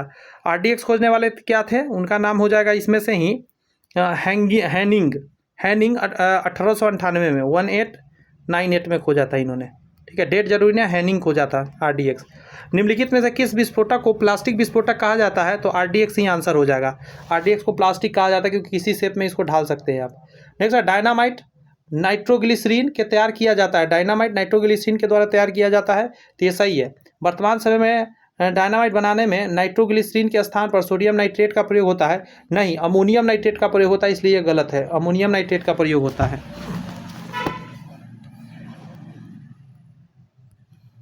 नेक्स्ट है आपका RDX का आणविक सूत्र क्या है, तो इसको बोलते हैं C3H6N6O6, मतलब सिर्फ C3 है, उसके अलावा सब 6 है, C3H6N6O6। अगला प्रश्न में कहा जा रहा है RDX विस्फोटक को किस नाम से और हम लोग जानते हैं, तो आंसर क्या निकल के आएगा, इसको हम लोग हेक्साजोन भी बोलते हैं, साइक्लोनाइट भी बोलते हैं, T4 भी बोलते हैं, T4 साइक्लोनाइट और हेक्सोजेन भी बोलते हैं, सारे बोलते हैं RDX का नाम है ये।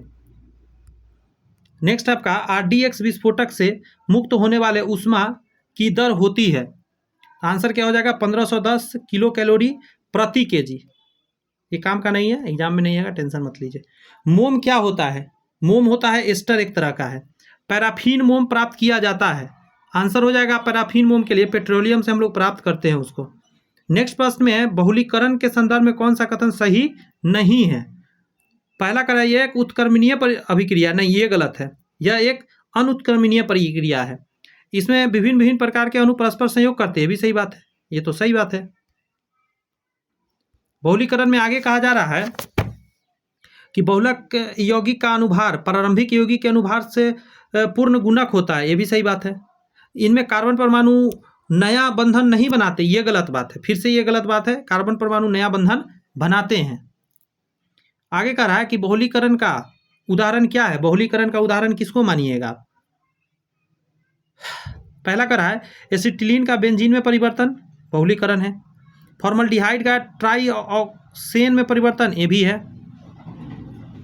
एक मिनट, ये तो कोई नहीं है जी बहुलीकरण, तो ये तो दिख ही नहीं रहा है, ये सभी बहुलीकरण का उदाहरण नहीं, इसमें से कोई भी नहीं होगा, इनमें से कोई नहीं, ये सब चक्रीय प्रक्रिया है, साइक्लोजाइनेशन प्रोसेस के द्वारा बनता है, ठीक है, सभी में कोई भी बहुलीकरण प्रक्रिया नहीं है। आगे है बहुलीकरण के संदर्भ में निम्नलिखित में से कौन सा एक सही नहीं है, बहुलीकरण के बारे में कौन सा सही नहीं है। पहला है कि छोटे छोटे सरल अणु नियमित तरीके से परस्पर संयुक्त होकर बहुलक का निर्माण करते, एकदम सही बात है, छोटे छोटे अणु ही तो मिलते हैं, छोटे छोटे अणु जिसे बहुलक का नाम दिया जाता है उसे एकलक कहते हैं, हाँ एक पीस को उठा लीजिए एकलक हो जाएगा, बहुलक बनाने की प्रक्रिया को बहुलीकरण कहते हैं, ये भी सही है। लास्ट है बहुलक काफी निम्न आणविक द्रव्यमान वाला होता है, गलत बात, बहुत उच्च आणविक द्रव्यमान वाला होता है, तो यही गलत था, तो यही आंसर हो जाएगा आपका, क्योंकि गलत ही पूछा था। नेक्स्ट है निम्नलिखित में से कौन सा एक प्राकृतिक बहुलक नहीं है, प्राकृतिक बहुलक नहीं है, तो protein, nylon, nylon, cellulose, rubber, तो नाइलॉन आंसर हो जाएगा, प्राकृतिक नहीं है। प्रोटीन, रबर, सेलुलोज ये सभी क्या है प्राकृतिक बहुलक है, नाइलॉन नहीं, मानव निर्मित है ये लैब में। अगला है प्राकृतिक रबर किस हाइड्रोकार्बन का बहुलक है, प्राकृतिक रबर की बात कर रहा है, आइसोप्रीन का है, आइसोप्रीन का जो है प्राकृतिक रबर हाइड्रो मतलब बहुलक है, कहने का मतलब। निम्नलिखित में से कौन सा संश्लेषित बहुलक या प्राकृतिक रबर के सदृश एकदम है, तो ये पहला हो जाएगा नियोप्रीन, जिसको आइसोप्रीन ज़्यादा अच्छा आंसर होगा, नियोप्रीन है तो डाल दीजिए, लेकिन आइसोप्रीन रहता ऑप्शन में तो वो और परफेक्ट होता। नेक्स्ट प्रश्न है नियोप्रीन रबर से प्राप्त किया जाता है, रबर को प्राप्त किया जाता है निम्नलिखित में से किस बहुलक द्वारा, तो आंसर हो जाएगा क्लोरोप्रीन, क्लोरोप्रीन के द्वारा हम लोग प्राप्त करते हैं नियोप्रीन।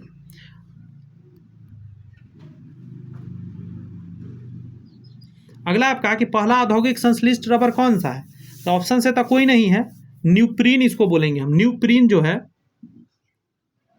नियोप्रीन या न्यूप्रीन कह सकते हैं, यही है पहला संश्लिष्ट रबर। नेक्स्ट प्रश्न में है निम्नलिखित में से किस बहुलक में एस्टर बंध होते हैं, एस्टर बंध की बात कर रहा है तो टेरिलीन कहेंगे। अच्छा, एडीपी अम्ल और हेक्सा मेथिल डाइएमीन के संघनन से कौन सा चीज प्राप्त होता है, कैसा रेशा प्राप्त होता है, तो आंसर आपका निकल के आएगा नायलॉन 6 प्राप्त होता है। फिनॉल निम्नलिखित में से किस के निर्माण में प्रयुक्त होता है, फिनॉल, तो आंसर क्या दीजिए बेकेलाइट के निर्माण में प्रयुक्त होता है।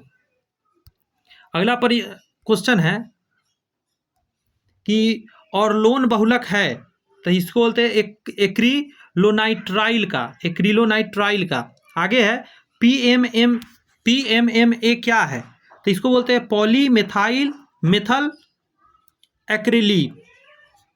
एक्रिलेट, ऐसा करके है इसका फुल फॉर्म। तो इसको हम कह सकते हैं मेथिल एथिल एक्रिलेट का बहुलक कह सकते हैं। यहाँ पे मेथिल नहीं होगा, मेथिल एथिल कहना सही रहेगा। नेक्स्ट है न चिपकने वाले भोजन बनाने वाले बर्तनों को, अच्छा, किसका प्रयोग किया जाता है? टेफ्लॉन का प्रयोग होता है। अच्छा, टेफ्लॉन का आप दूसरा नाम यहाँ दे दिया है, तो इसको हम बोलेंगे पॉलीटेट्राक्लोराइड एथीन बोलेंगे हम। नेक्स्ट है आपका कैप्रोलैक्ट, निम्नलिखित में से किसका मोनोमर है? कैप्रोलैक्ट है ना, तो नायलॉन 6 का है, डबल 6 वाला नहीं, ध्यान रखिएगा, नायलॉन 6 का है कैप्रोलेट। नेक्स्ट है आपका टेरिलीन बनाई जाती है टेट्राथैलिक अम्ल तथा डैश के निम्नलिखित की प्रक्रिया से, मतलब टेट्राथैलिक अम्ल के साथ और क्या मिला दिया जाता है? तो इसको बोलते हैं हम लोग एथिलीन ग्लाइकॉल मिलाया जाता है, एथिलीन ग्लाइकॉल। नेक्स्ट प्रश्न में है ऑर्लॉन किससे बनने वाला पॉलीमर है? ऑर्लॉन जो बनता है वो एक्रिलोनाइट्राइल से बनता है, एक्रिलोनाइट्राइल से बनता है। टेफ्लॉन क्या है? टेफ्लॉन एक तरह का फ्लोरोकार्बन है, फ्लोरोकार्बन के रूप में हम इसको कह सकते हैं। नेक्स्ट है आपका क्लोरोएथिलीन के बहुलीकरण से प्राप्त होता है, क्लोरोएथिलीन के बहुलीकरण से क्या प्राप्त होता है?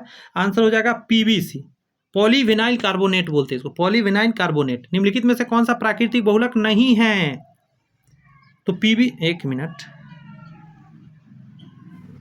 नाइलॉन हो जाएगा। नाइलॉन प्राकृतिक चीज से बनाया जाता है, लेकिन मनुष्य बनाता है, ये इसीलिए आंसर हो जाएगा। आगे निम्नलिखित में से कौन सा बहुलक नहीं है? फिर से क्वेश्चन आया, तो आंसर दीजिएगा कैप्रोलैक्टम। नाइलॉन 6 के लिए एकलक है ये, कैप्रोलैक्टम क्या है? यह एकलक है। आपने ऊपर में मैंने बताया नाइलॉन 6, तो नाइलॉन 6 जो है ना उसका एकलक है ये, और इसी को बार बार मिला के नाइलॉन 6 बन जाएगा बहुलक। नेक्स्ट है निम्नलिखित में से कौन सा बहुलक बुलेट प्रूफ खिड़की, बहुत अच्छा क्वेश्चन है, ये इंपॉर्टेंट है, बुलेट प्रूफ खिड़की बनाने में प्रयोग किया जाता है, तो इसको होता है पॉलीकार्बोनेट का। निम्नलिखित बहुलकों में से किसका उपयोग न चिपकने वाले कड़ाही बनाने में किया जाता है? तो टेफ्लॉन आंसर देना सही रहेगा। बैकेलाइट, कौन सा? बैकेलाइट फिनॉल तथा अन्य किसका बहुलक है? तो ये सारे बहुलक है फॉर्मल्डिहाइड का। किसका? फॉर्मल्डिहाइड का। बरसाती किससे बनाई जाती है? तो पॉलीएथिलीन से बनाना पड़ेगा, क्योंकि ये सॉफ्ट होता है। पॉलीकार्बोनेट से शीशा वगैरह बनाया जाता है, बुलेट प्रूफ। आगे है निम्नलिखित में से किसे बहुलीकरण से पीवीसी बनता है? तो आंसर क्या दीजिएगा? Vinyl chloride is your answer, vinyl chloride से पीवीसी बनता है। टेफ्लॉन नामक प्लास्टिक का निर्माण किसके यौगिक के बहुलीकरण द्वारा बनता है? टेफ्लॉन कैसे बनता है, किसके यौगिक से? तो आंसर हो जाएगा टेट्राफ्लोरोएथिलीन। मानव निर्मित प्रथम कृत्रिम रेशा कौन सा है? मानव ने जिसको बनता है रेयन आंसर हो जाएगा। ये जो बनाया गया था 1884 में बनाया गया था, 1884 में ही बनाया गया था। नेक्स्ट है नायलॉन। नायलॉन क्या है? तो ये पॉलीएमाइड है। कृत्रिम रेशा को किस नाम से जाना जाता है? कृत्रिम रेशा कौन है इसमें से पूछ रहा है, तो रेयन के नाम से जानते हैं कृत्रिम रेशा को। कह रहा है निम्नलिखित में से कौन प्राकृतिक रेशा है? प्राकृतिक रेशा के बारे में पूछ रहा है, तो आपका आंसर निकल के आया रेशम। रेशम प्राकृतिक रेशा है। लाह क्या है? तो लाह प्राकृतिक बहुलक है। आगे कह रहा है हेक्सामेथाइलिन डायमाइड एवं एडीपी के एसिड के संघनन के पॉलीमर को क्या कहते हैं? तो इसको हम लोग बोलते हैं नायलॉन 6 बोला जाता है इसको।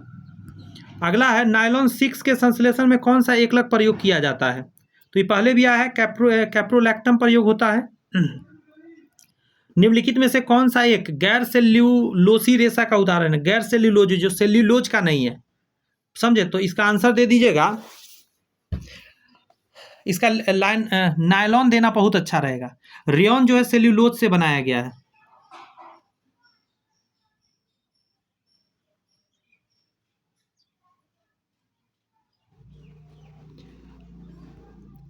नेक्स्ट है निम्नलिखित में से कौन सा बहुलक जैव निम्नीकृत नहीं किया जा सकता? तो पीवीसी हो गया। पॉलीविनाइल कार्बोनेट को आप जैव निम्नीकृत नहीं करते, बायोडिग्रेडेबल नहीं है। अगला है निम्नलिखित में कौन कथन, सभी कथन पर विचार करके बताइए। जैसे कहा जा रहा है नाइलॉन एक पॉलीएमाइड रेशा नहीं है, मतलब रेशा है, ये सही है, नाइलॉन एक पॉलीएमाइड रेशा है। नेक्स्ट है टेरिलीन एक पॉलिएस्टर रेशा है, ये भी सही बात है। टेरी कॉटन का सामान देखें ना, वही टेरिलीन एक पॉलिएस्टर रेशा है, दोनों सही है। अगला प्रश्न में है कि प्लास्टिक क्या है। तो प्लास्टिक असंतृप्त हाइड्रोकार्बन का उच्च बहुलक होता है। असंतृप्त हाइड्रोकार्बन का उच्च बहुलक होता है, निम्न बहुलक नहीं। आगे कह रहा है कौन सा प्लास्टिक खाने के पदार्थों को पैक करने में प्रयोग किया जाता है। तो आंसर क्या दीजिएगा, पॉलीएथिलीन। पॉलीएथिलीन आंसर हो जाएगा। नेक्स्ट है पॉलीथीन एवं पीवीसी है, तो इसको बोलते हैं थर्मोप्लास्टिक। थर्मोप्लास्टिक इसको आप गला सकते हैं, नए नए रूपों में ढाल सकते हैं। आगे बैकेलाइट, ये है थर्मोसेटिंग प्लास्टिक। एक बार सेट कर दीजिएगा, दोबारा फिर इसको गला के आप नया चीज़ नहीं बना सकते हैं। क्लियर है बातें। आज का क्लास इतना ही पे रखेंगे दोस्त। चैनल सब्सक्राइब करके बेल आइकन प्रेस कर लीजिए। सेशन कैसा लगा कमेंट्स में जरूर बताइएगा। वीडियो लाइक जरूर कर दीजिएगा। बहुत मेहनत के साथ आपके लिए ला रहे हैं। एक लास्ट चैप्टर और केमिस्ट्री का बच गया है, तो प्लेलिस्ट में और सारे चैप्टर नहीं देखे तो आप देख सकते हैं। सोर्स ऑफ एनर्जी बहुत ज़्यादा इंपॉर्टेंट है, उसे नेक्स्ट क्लास में लेकर आएंगे। उसमें यदि क्वेश्चन की बात करूँ मैं तो बहुत ज़्यादा तो नहीं है, छोटा क्लास रहेगा, 50 क्वेश्चन के करीब है। तो चलिए, all the best, bye bye, thank you. मिलते हैं नेक्स्ट क्लास में।